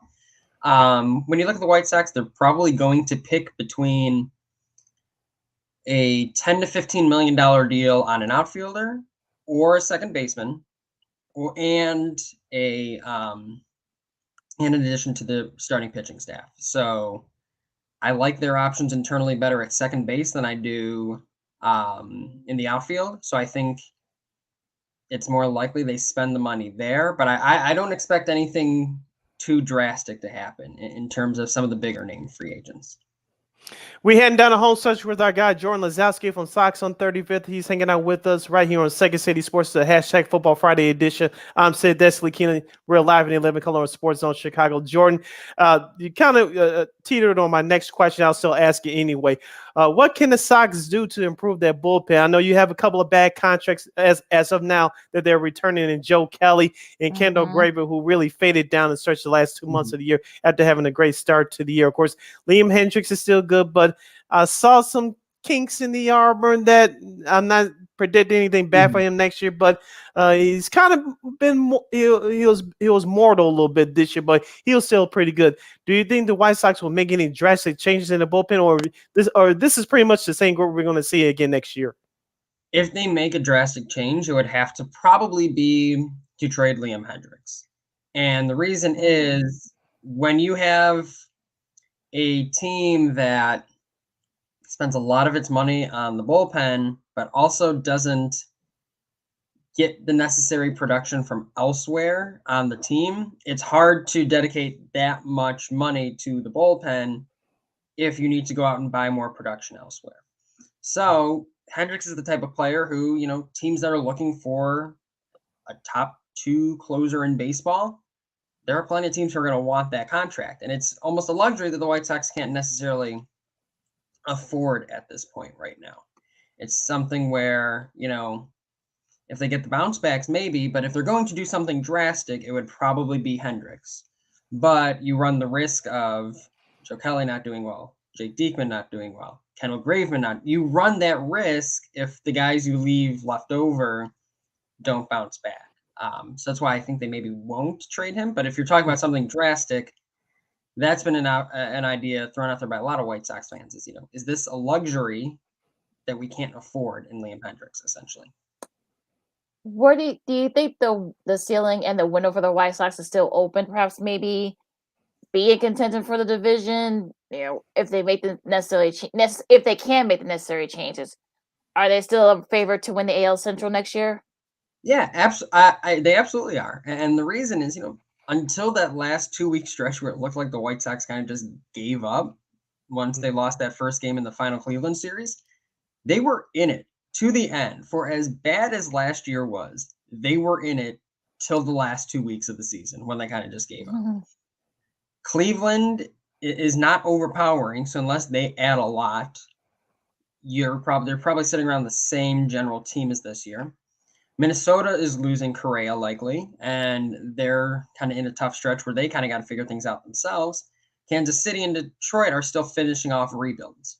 It's still a team that could win the AL Central this year, and depending on how they sort of restructure contracts next year, the year after. The window is very much still open, but you needed to make a move like a new manager, and it kind of ties it all together. You needed a new face in there to kind of get the players to play to the potential that they can.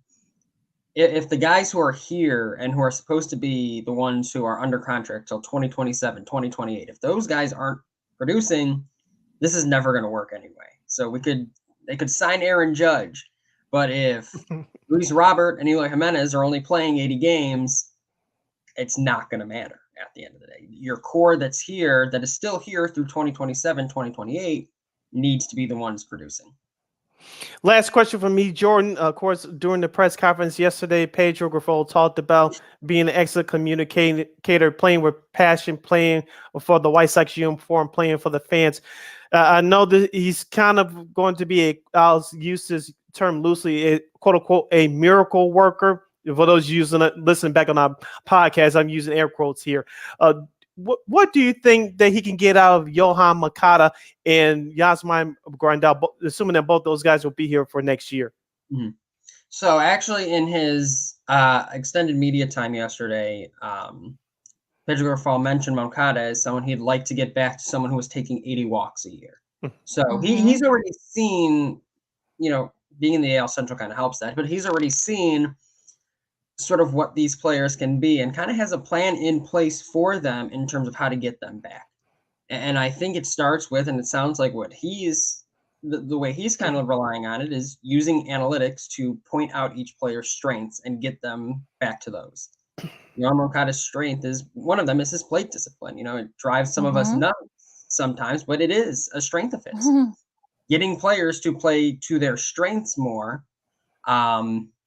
is something that I think is going to be beneficial for someone like Moncada. As for Grandal, just get healthy first. Get those knees back under you, and you have someone who has success with working with catchers in the past and power hitters in the past. Get those legs back under you. Keep your approach and sort of figure everything out. I think it's going to be a nice breath of fresh air for guys, especially in Grandal, who maybe you look at the relationship he had with La Russa. Is it the same as the one he can have with a former catcher in Grifol? Probably not. So you combine those two things together. It's like you can start to paint a picture towards what bounce back years for those types of guys would look like under Grifol. You kind of told my last question there, Sid. But here's my last question. Here's my last question now. If there's if there is a name, like your dream, free agent that you will want the White Sox to sign, whether it's another pitcher or another cleanup guy, who would that be? I think, I won't do the obvious answer like an Aaron Judge, but you look at someone like within the reasonable realm. Brandon Nimmo is actually one. Someone who checks a bunch of boxes. He's good in the outfield. He's left-handed. Works counts, good on base percentage, good walk rates, low strikeout rates. You look at someone who kind of, when you look at things that went wrong for the White Sox, they didn't walk, they didn't get on base. They were poor defensively. They weren't left-handed enough. It's like he checks all those boxes. Now it becomes a question of, is he going to get outbid and outpriced to the point where, they're rumoring him to get a similar contract to George Springer. Is he as good as George Springer? I don't know. So are you going to get outbid to that point? Maybe. But in terms of ideals that kind of make sense and in a vacuum on paper kind of feel reasonable, Brandon Nimmo would probably be the one I go with. All right, that's been Jordan Lazowski from Sox on 35th podcast at soxon35th.com. You can follow him on Twitter at JLazowski14. Once again, at JLazowski14 on the Twitter and the Instagram as well. Jordan, as always, thank you very much for joining us today on Second City Sports. Keep up the great work. This should be an interesting off season. We'll talk again soon. Oh, absolutely. Sydney, Lakeena, thank you so much as always, and have a great weekend. You too. Stay safe. Take care. Once again, that was Mr. Jordan Lazowski from Sox on 35th. Check out their website with all their articles, great writers in the podcast at soxon35th.com. Lakeena, we still have a few more minutes before we break for the bottom of the hour. Let's bring on our girl from KXRB, Miss Christine, the Queen Manika. What's up, Christine? Hi. Yay. And she's still at the beach. I love it. Yeah.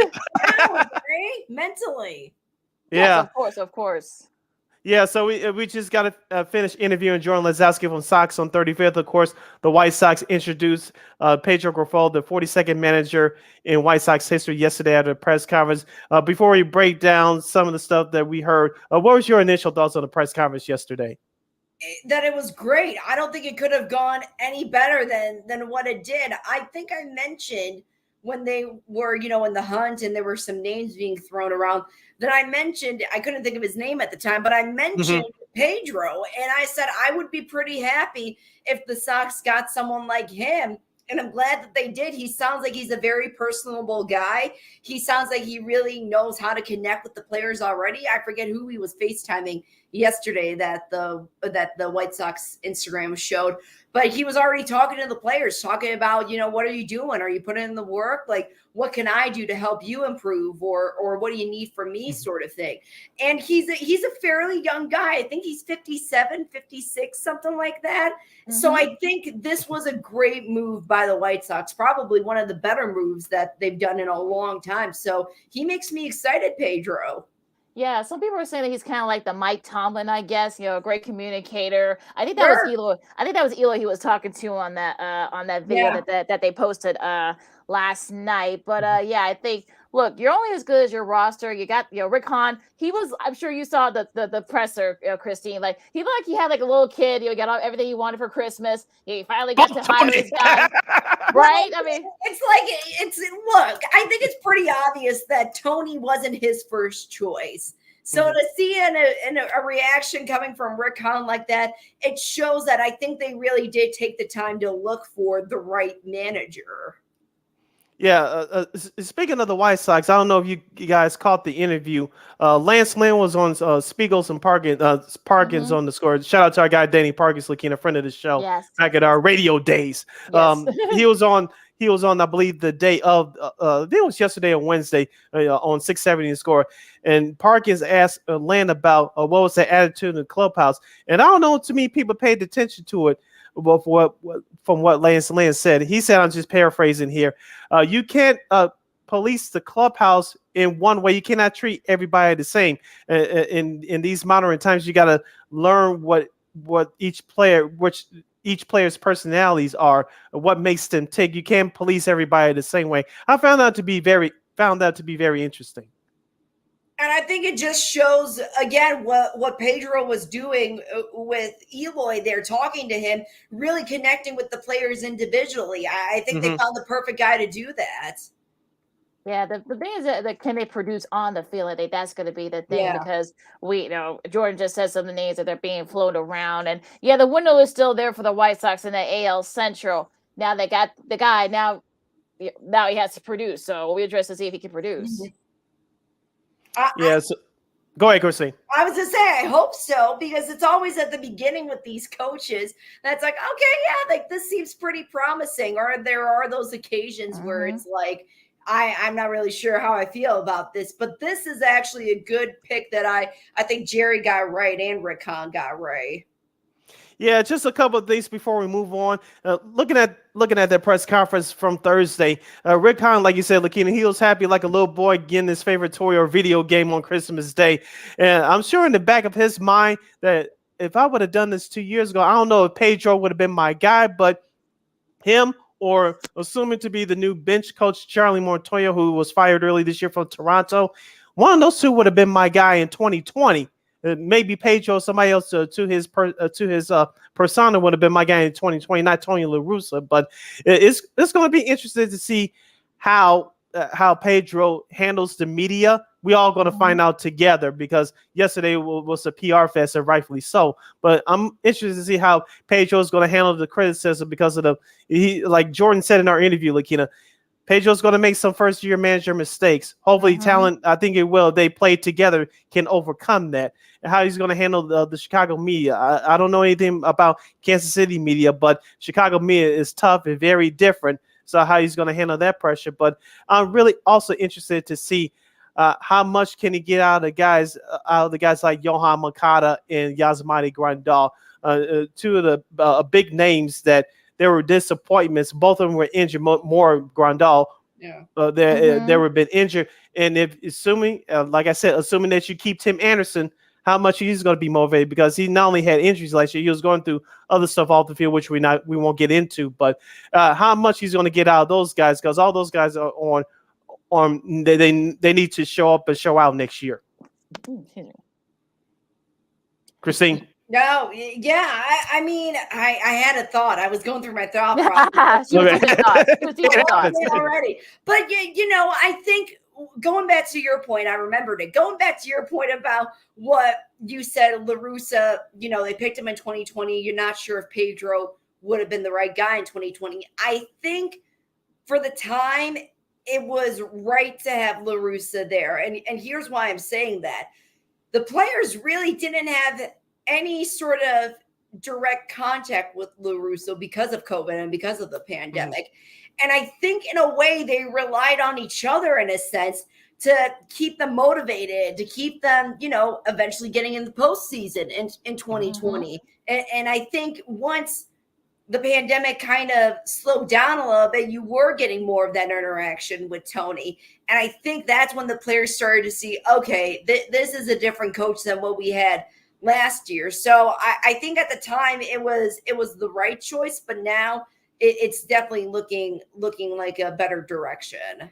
Yeah, in hindsight, though, like you said, with COVID lessening a little bit, you saw, Pedro talking to Eloy, and I'm sure he's talked to some of the other players as well. I'm sure that he's talked to Anderson and Grandal and Moncada. I'm sure he's talked to a lot of the guys. So, like we've been saying, it's going to depend on how he produces on the field, and we'll see what kind of moves the White Sox make as we go on here. Now, we got to take a really quick break, of course. Our Week 9 picks. We actually had a pretty decent week last week. Also, too, so much sports media news to get to. The Bears have a new radio home. The end of an era will be coming soon in NCAA tournament men's hoops. We didn't get a chance to talk about that last week. We'll talk about it this week. Also, too, so much other stuff still. Sydney Brown, Lakeena McGee, our girl Christine Manika from KXRB. A lot to talk about still the last half hour. Second Seed Sports on Sports Zone Chicago. We'll see you after this. This year, my mom got me the perfect bag for back to school. These colorful binders help me stay organized. These headphones are just what I need for studying. These new sneakers are just what I need for the new year. This jacket is a real must-have. My parents got me the skateboard I wanted. It's pretty cool. These scissors really come in handy in art class. These colored pencils, too. These new socks, they can be a real lifesaver.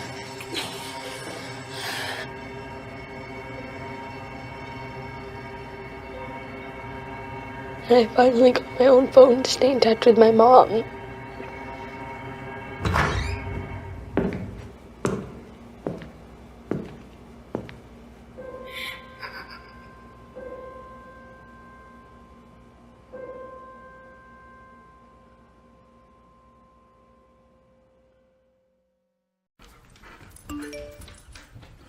Trisha's having a sleepover tonight. Can I go?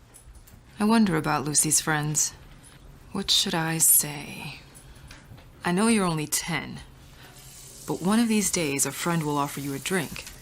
And alcohol at your age can lead to so many things. None of them good. So can I go to the sleepover? Lucy? I want you to promise me I something. finished my homework. Bigger promise. If there's any drinking, I want you to say, "No thanks, not my thing." Mom. I promise you. Your real friends won't care. Deal?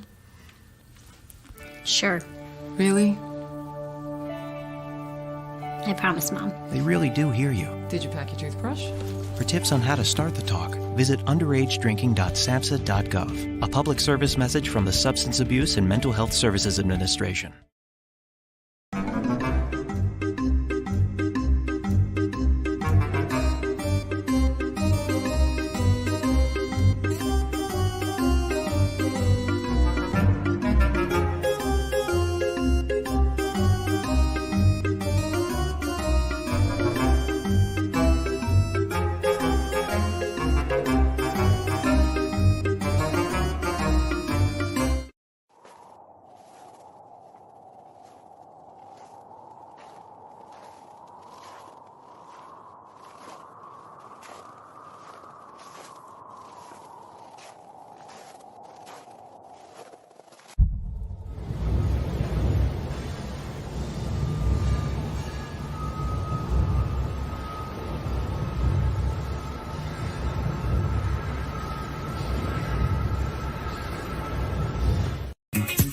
Hey, this is Dr. J, and I listen to Sean and Maya in the morning.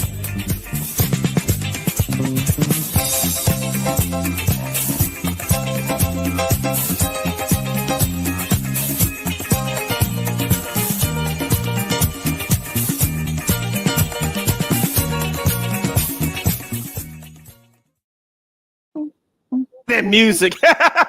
Welcome back to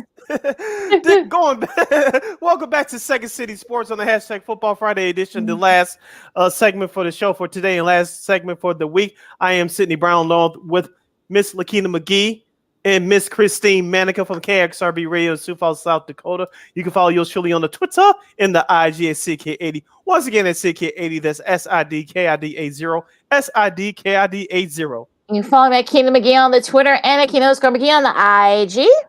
And you can still get at us on Sports Zone Chicago's Facebook page, Sports Zone Chicago on YouTube. Type in your questions and comments in the comments section. Lakeena will get them up on the screen for you. Lakeena, what was our results from last week as we prepare for our Week 9 NFL picks? Well, Sid, you led the way with 11, and Christine, you and I both had a. Well, yeah, we both got 10, Christine, you and I did. So we're right there. Nothing has changed here overall. You're still up by like 2 games, Sid. But don't worry, though. I need some more separation. I know. Well, look, I mean, yeah, right. But look, a lot of teams are off this week. So adjust your fantasy teams accordingly. Browns, Cowboys, Broncos, Giants, Steelers, and 49ers. All 6 of those teams have the week off this week. So adjust your fantasy teams accordingly. I need some running backs. Good grief. I know, right? Yeah, I had to majorly adjust my fantasy team because both my guys are off this week, so I had to pick up a couple of guys off the free agent block. But let's get right to it. An intriguing one here. You got the 4-3 Chargers fresh off a bye, competing against the now as of right now first place NFC South Atlanta Falcons. Sid, you start this one. The Falcons are 3.5-point favorites at home. The Falcons have been a good surprise this year. The Chargers, they're still struggling with injuries, especially on defense. But the Chargers won on the East Coast when they beat Houston about a month ago. I think they'll do it again going back on the East Coast for an early game. I'm going with the Chargers on the road. Gosh, I was going back and forth between this. And I think because it is a home game and the Chargers are still struggling with those injuries, I'm going with Atlanta. I'm with you, Christine. As much as I love the Chargers, those injuries, we don't know if Mike Williams is going to be back this week. I'm still a little iffy on that defense. I think Mariota should be able to go through that Chargers defense. And I think it looks like Cordell Patterson might be back this week too. After being on IR the last few weeks. So I'm gonna pick the Falcons. I'm a Falcons. Okay, sorry, the Falcons are underdogs. Say 3-point underdogs at home. Chargers are the favorites. Excuse me. Yeah, still a pick 'em though, so it's fine. Yeah, so I'll pick the Falcons. So should be a fun one too. I might be watching that game via my computer. Now, next, noon game, you got the Panthers, smarter from that loss to the Falcons last week. They face a Bengals team cut off a short week and still no Jamar Chase. Christine, you start this one for us. That was a rough game. What was it? Sunday night, Monday night, Monday night. Monday night, yep. Monday night, yep. I told you those Browns. Yeah, like that was rough to see the Bengals just kind of go down like that. But I have faith, that since Jamar Chase is still out and they've learned from Monday night that they've been able to make those adjustments. Carolina, I know Baker Mayfield's been putting in a lot of work, and I respect him for that. But I think the Bengals are going to somehow fine-tune it to bring the win. So I'm going to pick the Bengals. I'm going with the Cal. Go ahead. No, you go ahead, Sid. I'm sorry. I'll say Sid. I'm going with Colin Cowherd theory. Whoever loses big time on prime time the week before, they come back and bounce back the next week. The Panthers, they lost on a boneheaded play with two missed kicks in Atlanta last week. Cincinnati gets embarrassed on Monday night. The Bengals are at home. Bengals are favored by 7.5. I'm going with the Bengals. I think the Bengals will do just enough to win this game. I think it's going to be at the hands of the running backs. I think Mixon's going to have a big day, take advantage of that. And this could be a shootout though, but I'm picking the Bengals just because they're at home. I don't know why, but watch PJ Walker has his best game of the season, probably of his career too, throw for 4 touchdowns. That's how weird that things work now. Panthers and Lions going to NFC North. Sid, you start this one. Packers. Packers in there. I don't know where I got that from, but Packers. I was reading the wrong one here. Packers and Lions in the NFC North. Sid, you start this one for us. You would think the Lions will show up at home in an important division game, right? You would think they'll show up. The Packers, they got embarrassed on last Sunday night. Don't let this final score from last week fool you. The Packers, if they don't win this game, Aaron Rodgers may contemplate retirement sooner rather than later. But just because they're a better team than the Lions, I'm going with the Packers. And the Packers are 3.5-point favorites on the road. Okay. Christine? I'm going to go with the Packers. Like you said, Sid, if they don't win this game, then there needs to be some serious conversations within the Packers office. So I'm going with Green Bay. They went blank on the trade deadline. We'll get to that in a little bit. Yeah, that trade deadline. Oof, boy. I'll say the Packers too. I mean, it's going to be close. Of course, this is what Detroit does. They keep it close, but I think the Packers will do just enough to pull away late. It won't be pretty, but they'll stay right there and striking distance in that NFC North now. Raiders and the Jaguars. Jesus. I'll start this one. Oh God. 2-5 versus 2-6. Oh boy.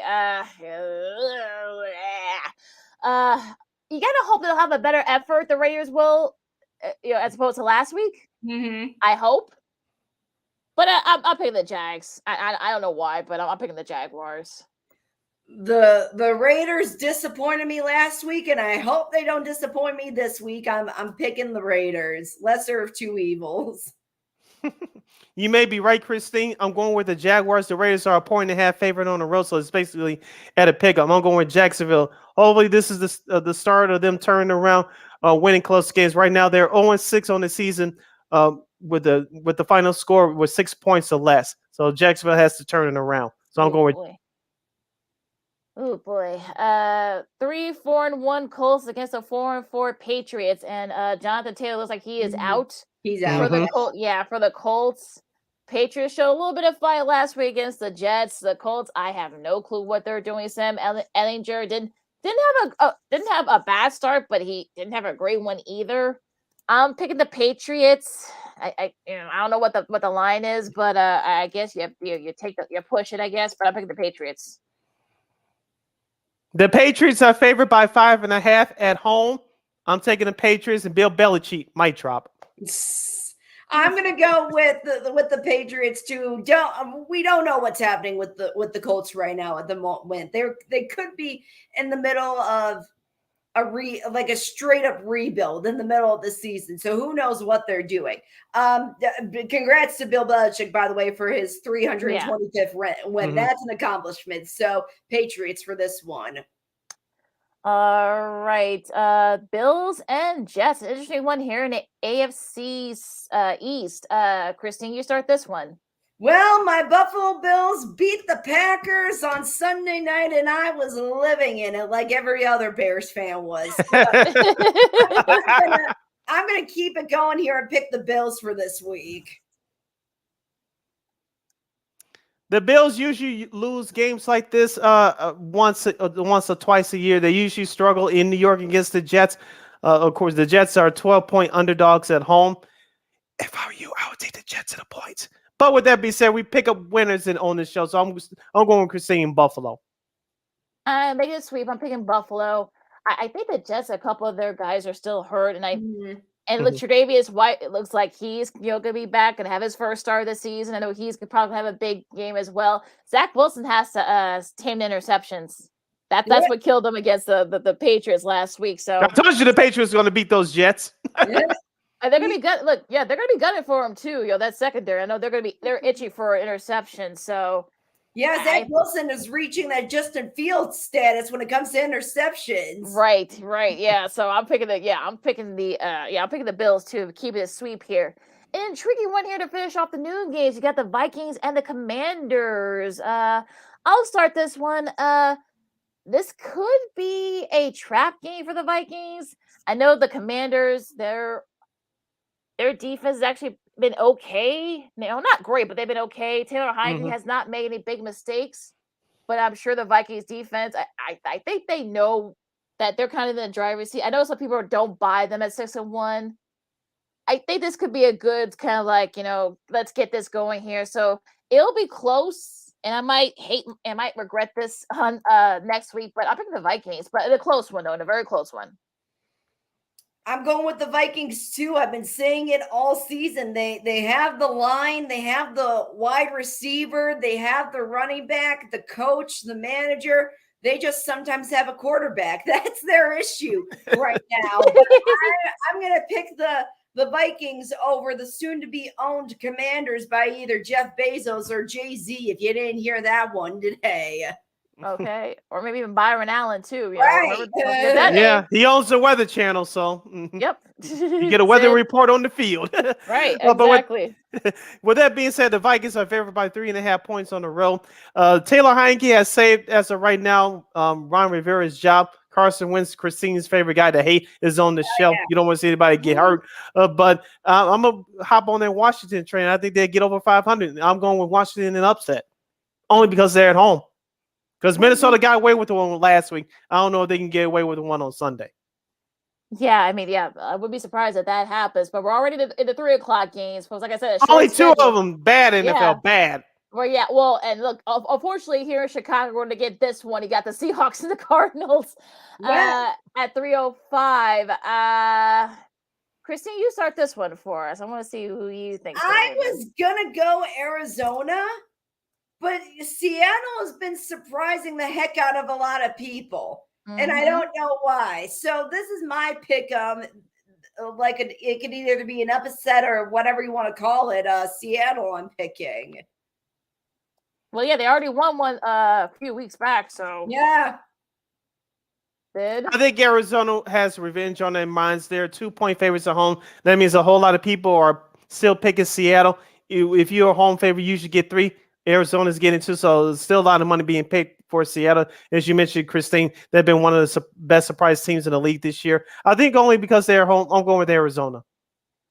Yeah, I guess my better judgment, I'm picking Arizona too, mainly because they didn't have DeAndre Hopkins in that first meeting, so I think that makes a big difference. Plus, they've had 10 days off, so they had that nice win against the Saints. This could be their way of kind of turning the corner. They're still right there in the hunt in the NFC, believe it or not. So.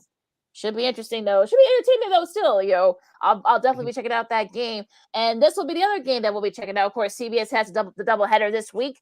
So here are the Rams and the Bucks, a rematch of the wild card matchup from earlier this year. Oh boy, I both teams are struggling. Rams off that loss to San Fran. The Bucks after their loss and all the other issues that they've have. I think Aaron Donald will get to Tom Brady because they don't have an old line. I'm talking about the Bucks. I'll say the Rams. Take 2 and call me anymore. I'm picking the Rams. I guess I don't know why, but I'm just going by feeling. I guess. I'm picking the Rams too. It doesn't help that, Mike Evans is kind of questionable right now for this game. So because I think the Rams have a little bit, have more tools in their pocket, I'm picking the Rams. The Buccaneers are favored by 3 points at home. The overall and the total is 42.5. So you can do with that what you will. I'm going with the Bucs only because they're the home team. Lakeena, the Rams don't have an offensive line either.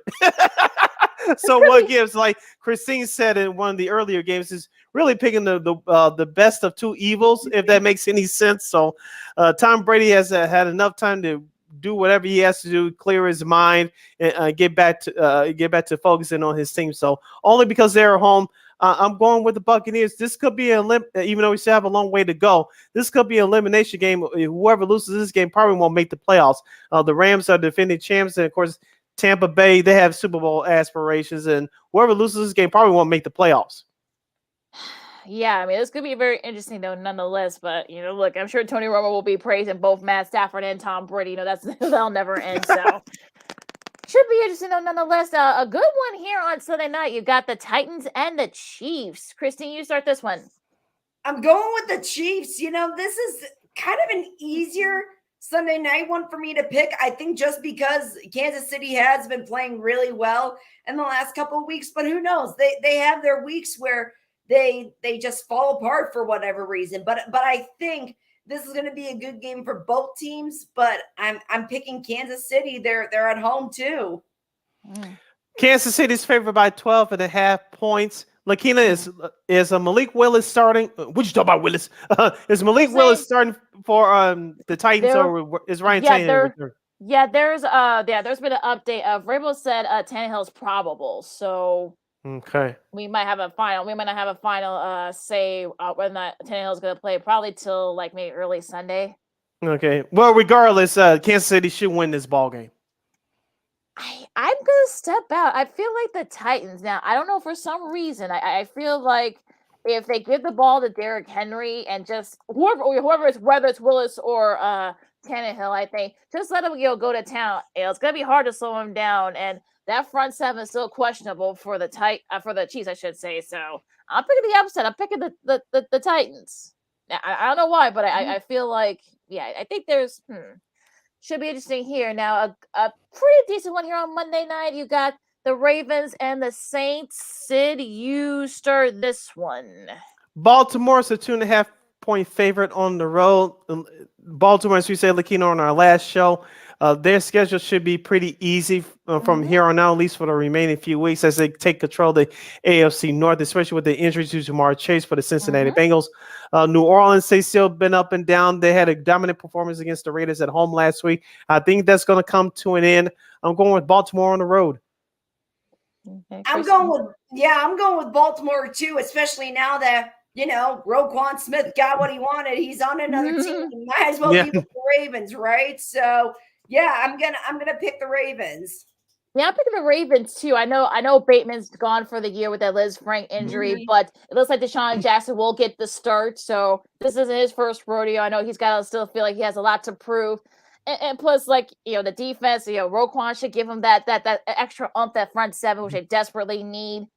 So I'm picking the Ravens. Yeah, it'll be close because it's going to be in New Orleans, but I'm sure there's going to be a lot of Ravens fans there as well. I'm sure a lot of people from Baltimore live down there, so it should be a good one. I think we're gonna have a Manning cast. So if the game gets a little bit too boring, you can just watch Eli. Yeah.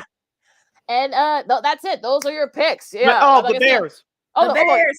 The Bears. Well, yeah. I mean, the Bears and Dolphins. No. I know that was a Freudian slip by me, but yeah, the Dolphins and the Bears. Of course, you got the number 3 team. I think gonna have Kevin Harlan, Trent Green, and Memley Collins with the call. Oh, that's gonna be a good one. Yeah, I mean, Chase Claypool, I think he'll definitely make a little bit of an impact, but to me, he's still, sometimes, he kind of makes some funny drops. He's going to be reunited with Cole Kmet. They were teammates, of course, at Notre Dame, so that shoved him a little bit. Weather won't be an issue. I know there were some early reports of rain. Looks like that's gonna be over with by then. It'll be close, but, good luck with Tyreek Hill, that Bears defense. if you're Tua, I think you better try and see if you can get Gesicki, get Hill. And though Xavier Howard will probably get his his shot at trying to get Fields as well. And don't forget they got Bradley Chubb now. The Dolphins do so, and he got a nice little big contract as well. So I know he's gonna be good for Fields. It should be a good one. The Bears will keep it close, but I think the Dolphins have too much talent, so I think that they'll win pulling away. I think. Yeah. Dolphins are favored by 5. I think the Bears can slightly cover. I expect this to be a shootout. The over-under total for that game is at 45.5. It may get to that point, so we'll see. But I have the Dolphins winning in a close one. You'll see all offense for the Bears. When's the last time we said that? But we know the defense is going through some changes, but the offense should pick up for the Bears now. I think I got to have Miami for the win. I think that's an understatement about the Bears going through a change in defense, right? Yeah, and Miami, they have more, like I said, with the Rams and the Bucks, they have more tools in their tool belt, right?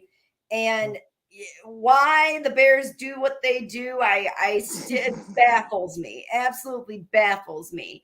But at least we saw a lot of good things out of Fields on Sunday with Dallas. That's a tough team. Dallas is a tough team this year. And the fact that you even got almost 30 points with them, that's something to pat yourself on the back for, is that you saw a little bit of something there. But when it comes to this weekend, I'm gonna go with Miami. Maybe Clay is gonna have a little impact. I think that's a good move that the Bears did. A good move. I never say that too often about the Bears. And we'll just see what Fields can do with him. And now those are your picks for Week 9 in the National Football League. You listen to Second City Sports on Sports Zone Chicago. Lakeena McGee, Sydney Brown, and our girl Christine Manika from KXRB join us as we wrap things up here on Sports Zone Chicago. We went through that pretty quick because, like I said, six teams are on bye, so we would actually get through the picks pretty quick now. A lot to get to still, with everything else. Little sports media news. The Bears, keeping up with the Bears theme. They're gonna be. They found a new radio home. They'll be on ESPN 1000. They'll start be the flagship radio station for them starting next season. They made a big announcement about it. Made a nice big to do about it. It'll be interesting to see what. Who's gonna be doing the pre and post, who's gonna be doing the sidelines and such for those Bears. It should be Deion Miller. It should be. But we'll see. Or even Patty Kaczynski. She's got some experience with it too. So she did it back in the 90s when it was on 670 WMAQ. She was one of the co-hosts for the post-game show. Yeah, she did. So they probably won't have to go outside. Just maybe mainly just to get more Bears analysts. Maybe you got Spice Adams out there. It'll be interesting to see maybe Alex Brown, who does a great job over at NBC Sports Chicago doing their post-game with Cappy and them. So what do you guys think about that move? I think it's going to be interesting. I know Tom Waddle was probably excited about the whole new endeavor. And who knows, maybe they'll throw him on for a couple of games during the season next year.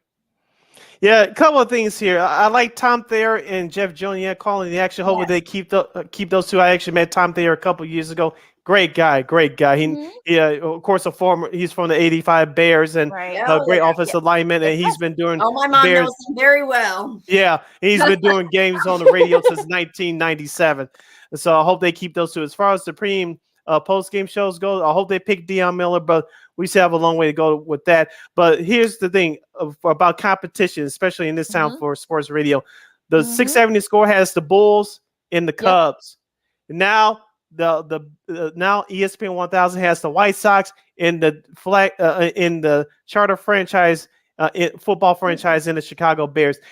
ESPN should be on the same course with 670 Score as far as getting listeners, because whether you like them or you hate them, people are going to listen to Bears games, and that's going to draw more people to ESPN 1000. Don't forget they're going to have the coaches show as well, so that's going to draw even more listeners. So this is a great move for ESPN 1000, and you should have a true ratings war between them and the Score now. Yeah, they're right there in equal footing too. Good karma fans. Once they got out of that ESPN umbrella, I'm talking about 1000. Good Karma Brands. The folks there at the top, they've been going lights out. They got the White Sox, and now they've got the Cubs, and of course, don't forget 600 score still. The Bears and the Cubs. The 600 score has the Cubs and the Bulls, and of course they got Illinois. I think they do some Illinois hoops. I think so, and DePaul as well, and of course 1000. They have Notre Dame hoops. I think they're going to still be doing that again this year. So it should definitely be a real raise war now between those two, which it hasn't been the case in the last decade. So. It's probably going to take a while for Jeff Joniak and Tom to say ESPN 1000. Yeah. In the Bears radio network. Yeah. It could take them a couple of times to get the call letters right. Right. Yeah, I'm sure they'll be pricing that out because they've been doing it for since 2005. Yeah. So they've been doing that forever. So we're interested to see, who's going to be doing what, what dudes are going to be doing what. You feel for those guys at the score. And, I'm sure the score is going to be talking about the Bears, but. Yeah, they still have that team of experts, but right, yeah. All the flagship programming goes over to ESPN 1000 now. Right. So, yeah, I'm sure they'll still do, Bears discussions. I'm sure they're going to be doing, Bears, shows and whatnot. But, like I said, all the flagships that's going to be on 1000. So that's a big get. Also, too, it's going to definitely be a raise war now between those two now. So, as it should be. Some other media news, of course, this came out a couple of weeks back. We didn't get a chance to talk about it. Jim Nance, with the college hoop season starting next week. There's going to be some changes after this season. March Madness coming up. Jim Nance decided to step away from his March Madness duties and college hoops in general. He'll still be doing, the NFL. He'll still be doing the Super Bowl, and of course, Masters coverage and golf coverage. But he wants to be able to watch as a fan. And he's waiting until after this season because where the men's Final Four going to be this year? It's going to be in his native Houston because that's where he went to school. It'll be interesting to see if he could probably call Houston, playing the Final Four, perhaps even a national championship game because they're actually one of the favorites there this year. Of course, Iron Eagle will be taking over for that after next season. So, what do you guys think about that news? We talked about it on the message. What do you guys think? Time to bring in new talent. He's stepping aside to let new people come in and showing them the ropes probably. And yeah, it's probably that I would say that would be the reason why. It should be interesting then. Those are big shoes to fill. So they're going to take their time, I think, trying to adjust to that new lifestyle, I guess. Yeah, Iron Eagles, just like Kevin Harlan, they've been underrated and underappreciated for a long time. Now they're finally starting to get their due. So I'm very happy for Iron Eagle. So yeah, hopefully this will get our guy Spiro Diaz up on the food chain, and perhaps he'll probably call a regional semi and a regional final because he's done it at Westwood One for years. So hopefully he can do it on CBS and Turner. So there was something else that so I know there are a couple of things you want to talk about real quick. Oh, I wanted to get Christine's thoughts about Kyrie Irving. He participated in a documentary with a bunch of anti-Semitism language, and the Nets suspended him for 5 games. And on his Instagram post last night, Kyrie Irving apologized, but he refused to answer the yes or no question that the media threw at him the other day. Of course, Ime Udoka, we all know, we talked about that drama from Boston about a month or so ago. Now that it looks like he's going to be coaching the team soon within the next couple of weeks or so after Steve Nash got the axe earlier this week. I wanted to get Christine's thoughts on that. Look, the Nets said at least 5 games. It could be more, depending on how that education, that those talks with Kyrie end up. I hope he learns from this. It's horrible that this kind of stuff is still happening. But again, I hope he learns from this, as anybody that goes through a situation like this, whether it's in regards to anti-Semitic things or racism. There's always stuff to be learned. There's always opportunities for education. So I hope he gets the education, and I hope he really thinks about his actions in regards to the things that he did. Not what he said, but the things that he did. Yeah, the whole thing, sort of a growth and being more nuanced, I guess. This seems to be happening a lot more lately. We talked about, Kyrie and, Kanye's comments a few weeks back. I mean, just the whole, there's no room for that type of stuff. And the fact that we're still talking about it we're almost at 2023. We're still talking about this type of stuff. It's just awful what this is happening here now. As for Udoka, well, look, I mean, I know people are saying, wait, can they do that? Can the Nets just come in and, well, look, the NBA didn't suspend them. The Celtics did. So that left the opening there for them to, swoop in and get Udoka. And look, there were rumors that he was gonna be done at Boston anyway. So you might as well try to. Now he has to be in charge of cleaning up this mess. And it'll be interesting to see if I'm sure there's you're gonna be in Brooklyn, so I'm sure folks gonna be gun for him and want to know what happened. I'm sure there's been a gag. Yeah, the New York B is tough. Yeah, so that's gonna be a part where I'm gonna be looking to see besides the Kyrie stuff. That's probably his punishment enough, dealing with a team like the Nets right now that are just in shambles. That's punishment enough. Here's the thing. Here's the thing before we move on. I remember Stephen A. Smith saying from First Take, that show I refused to watch.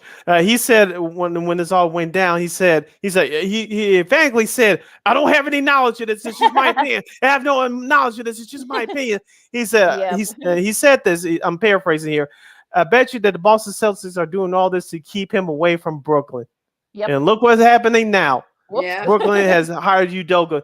You guys know as well as I do, Stephen A. Smith is connected to the NBA as well as anybody.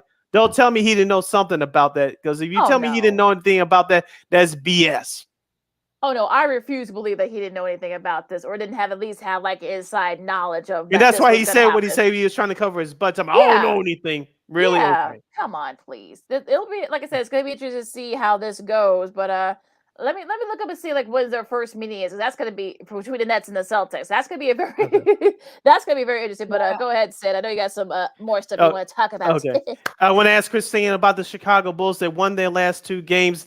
Speaking of the Brooklyn Nets, the Bulls beat them on Tuesday night. Zach LaVine scored 20 of his 29 points in the fourth quarter for that win. And of course, they bounced back on Wednesday at home to beat the Charlotte Hornets on 106-88. What do you think about the Bulls so far this year, Christine? They're great. I don't know why everyone was freaking out with the injuries and Lazo is going to be, this team is going to keel over. And look, we obviously see that this team is something special. And I even said it last season too. They got a great bench. You got to have confidence in the whole team, not just the five guys that are out there on the floor. Billy Donovan knows what he's doing, and it shows just from the last couple of years, including now.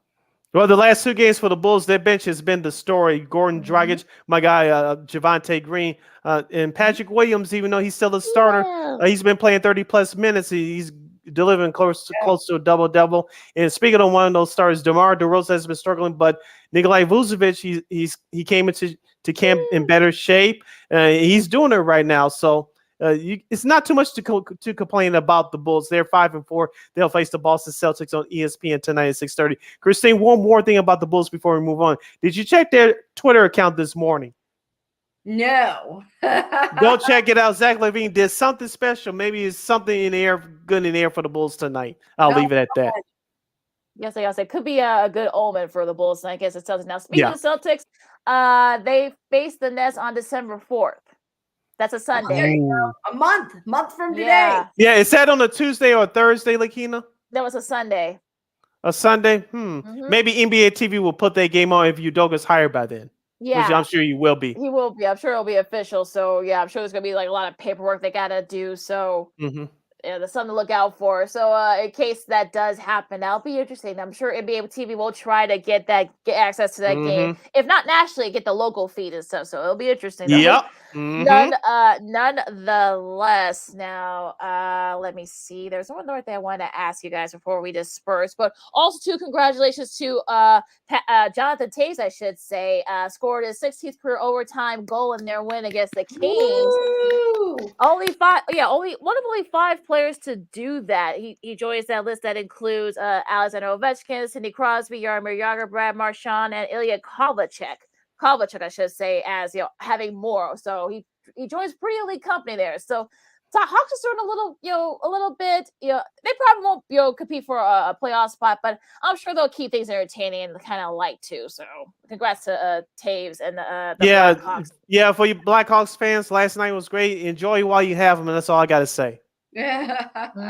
Yeah, that's probably the I one hate thing. saying that, but we got to face reality. All right, Christine, do you think Houston clinches it tomorrow night, or will the Phillies force a Game 7?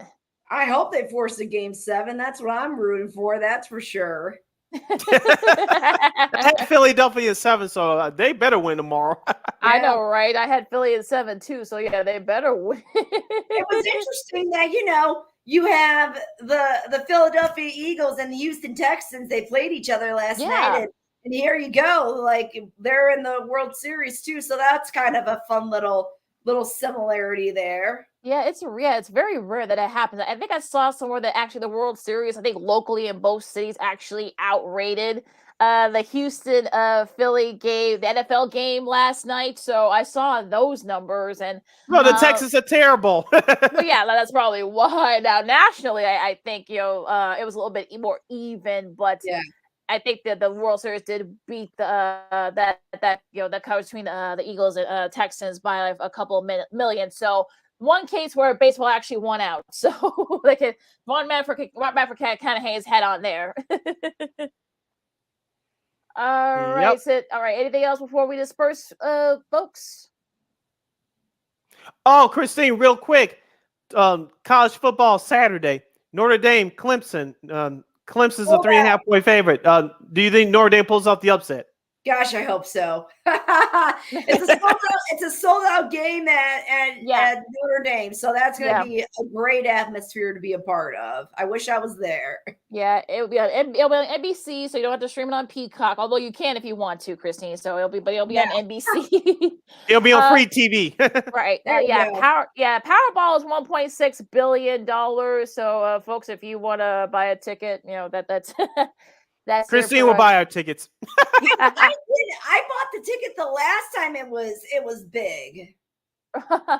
Well, look, you got till tomorrow. If you guys haven't bought your tickets yet, you got till tomorrow the drawing. So 1.6, Jesus, but no one will probably win here in Illinois because we already had our big jackpot for like the next 5 years. So we actually had someone from Del Rapids. It's another little town here in South Dakota.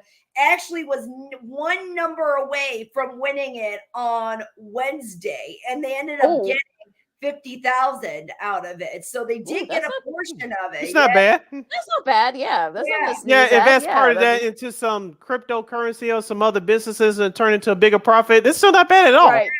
Yeah, not bad. That's a new car. Yeah. Oh, see, there you go. Get yourself a new car for that amount. With that said, you can follow me at Keita McGee on the Twitter and at Keita _ on the IG. You can follow yours truly, Sydney Brown, on the Twitter and the IG at SidKid80. Once again, it's SidKid80. That's SIDKID80. SIDKID80.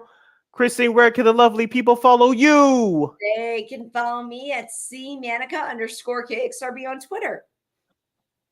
All right, and don't forget, folks, we are on Roku TV again. Roku! Right, yeah. So just go on your Roku TV or your Roku TV device. Your smartphone, your laptop, PC, Chromebook, whatever device you got. Just go on Roku Television and Sports Zone Chicago. All our shows are right there at your fingertips whenever you want. Our shows, Sean and Maya, the Smoke Fellas, and What's Up, Cuz. So all the shows are right there for you. Like I said, right at your device. Yep, you can catch Second City Sports live in living color every Monday, every Friday from noon to 2 p.m. Central Standard Time right here on Sports Zone Chicago. Don't forget to download that Sports Zone Chicago app. Follow Sports Zone Chicago on all social media platforms, Facebook, Twitter, Instagram, and YouTube. Catch our podcast at War on Anchor. We are available on all podcast platforms, including the iHeartRadio app. And make sure you give War Media a follow at WARR Media on Facebook, Twitter, Instagram, and YouTube. And thank you very much in advance for your support. Like, share, subscribe, and tell your friends. Also, to follow Sports Zone Chicago at Sports Zone Shy on Twitter. You can catch our lovely faces, and also to check out the shows. And I know Sean's got that going with all the news and stuff, so it's all right there for you. And there will be a viewing party, as you guys see here on your screen. You're gonna be watching this on YouTube and on Roku and on Facebook. It'll be November 20th at Outlook Lounge Sports Bar, 1758, I think, West Grand Avenue. I think that's not too far from the United States. Presented by Miller Lite. It'll be Miller Lite giveaways all game long. This will be for the Bears and Falcons game, so that should be a fun one there. Nonetheless, the doors open at 11 a.m. Yeah, so come out and show support. Absolutely. So, for Sid and Christine, I'm Lakeena. This has been Second City Sports on Sports Zone Chicago. Enjoy all the games. Got the MLS Cup 2 for between LA and Philly. That's going to be on Sunday, so make sure you guys check that out too, all you soccer fans. Enjoy all the games, everybody. For Sid and Christine, I'm Lakeena. This has been Second City Sports on Sports Zone Chicago, and we'll see you Monday. Not Bulls. Holla!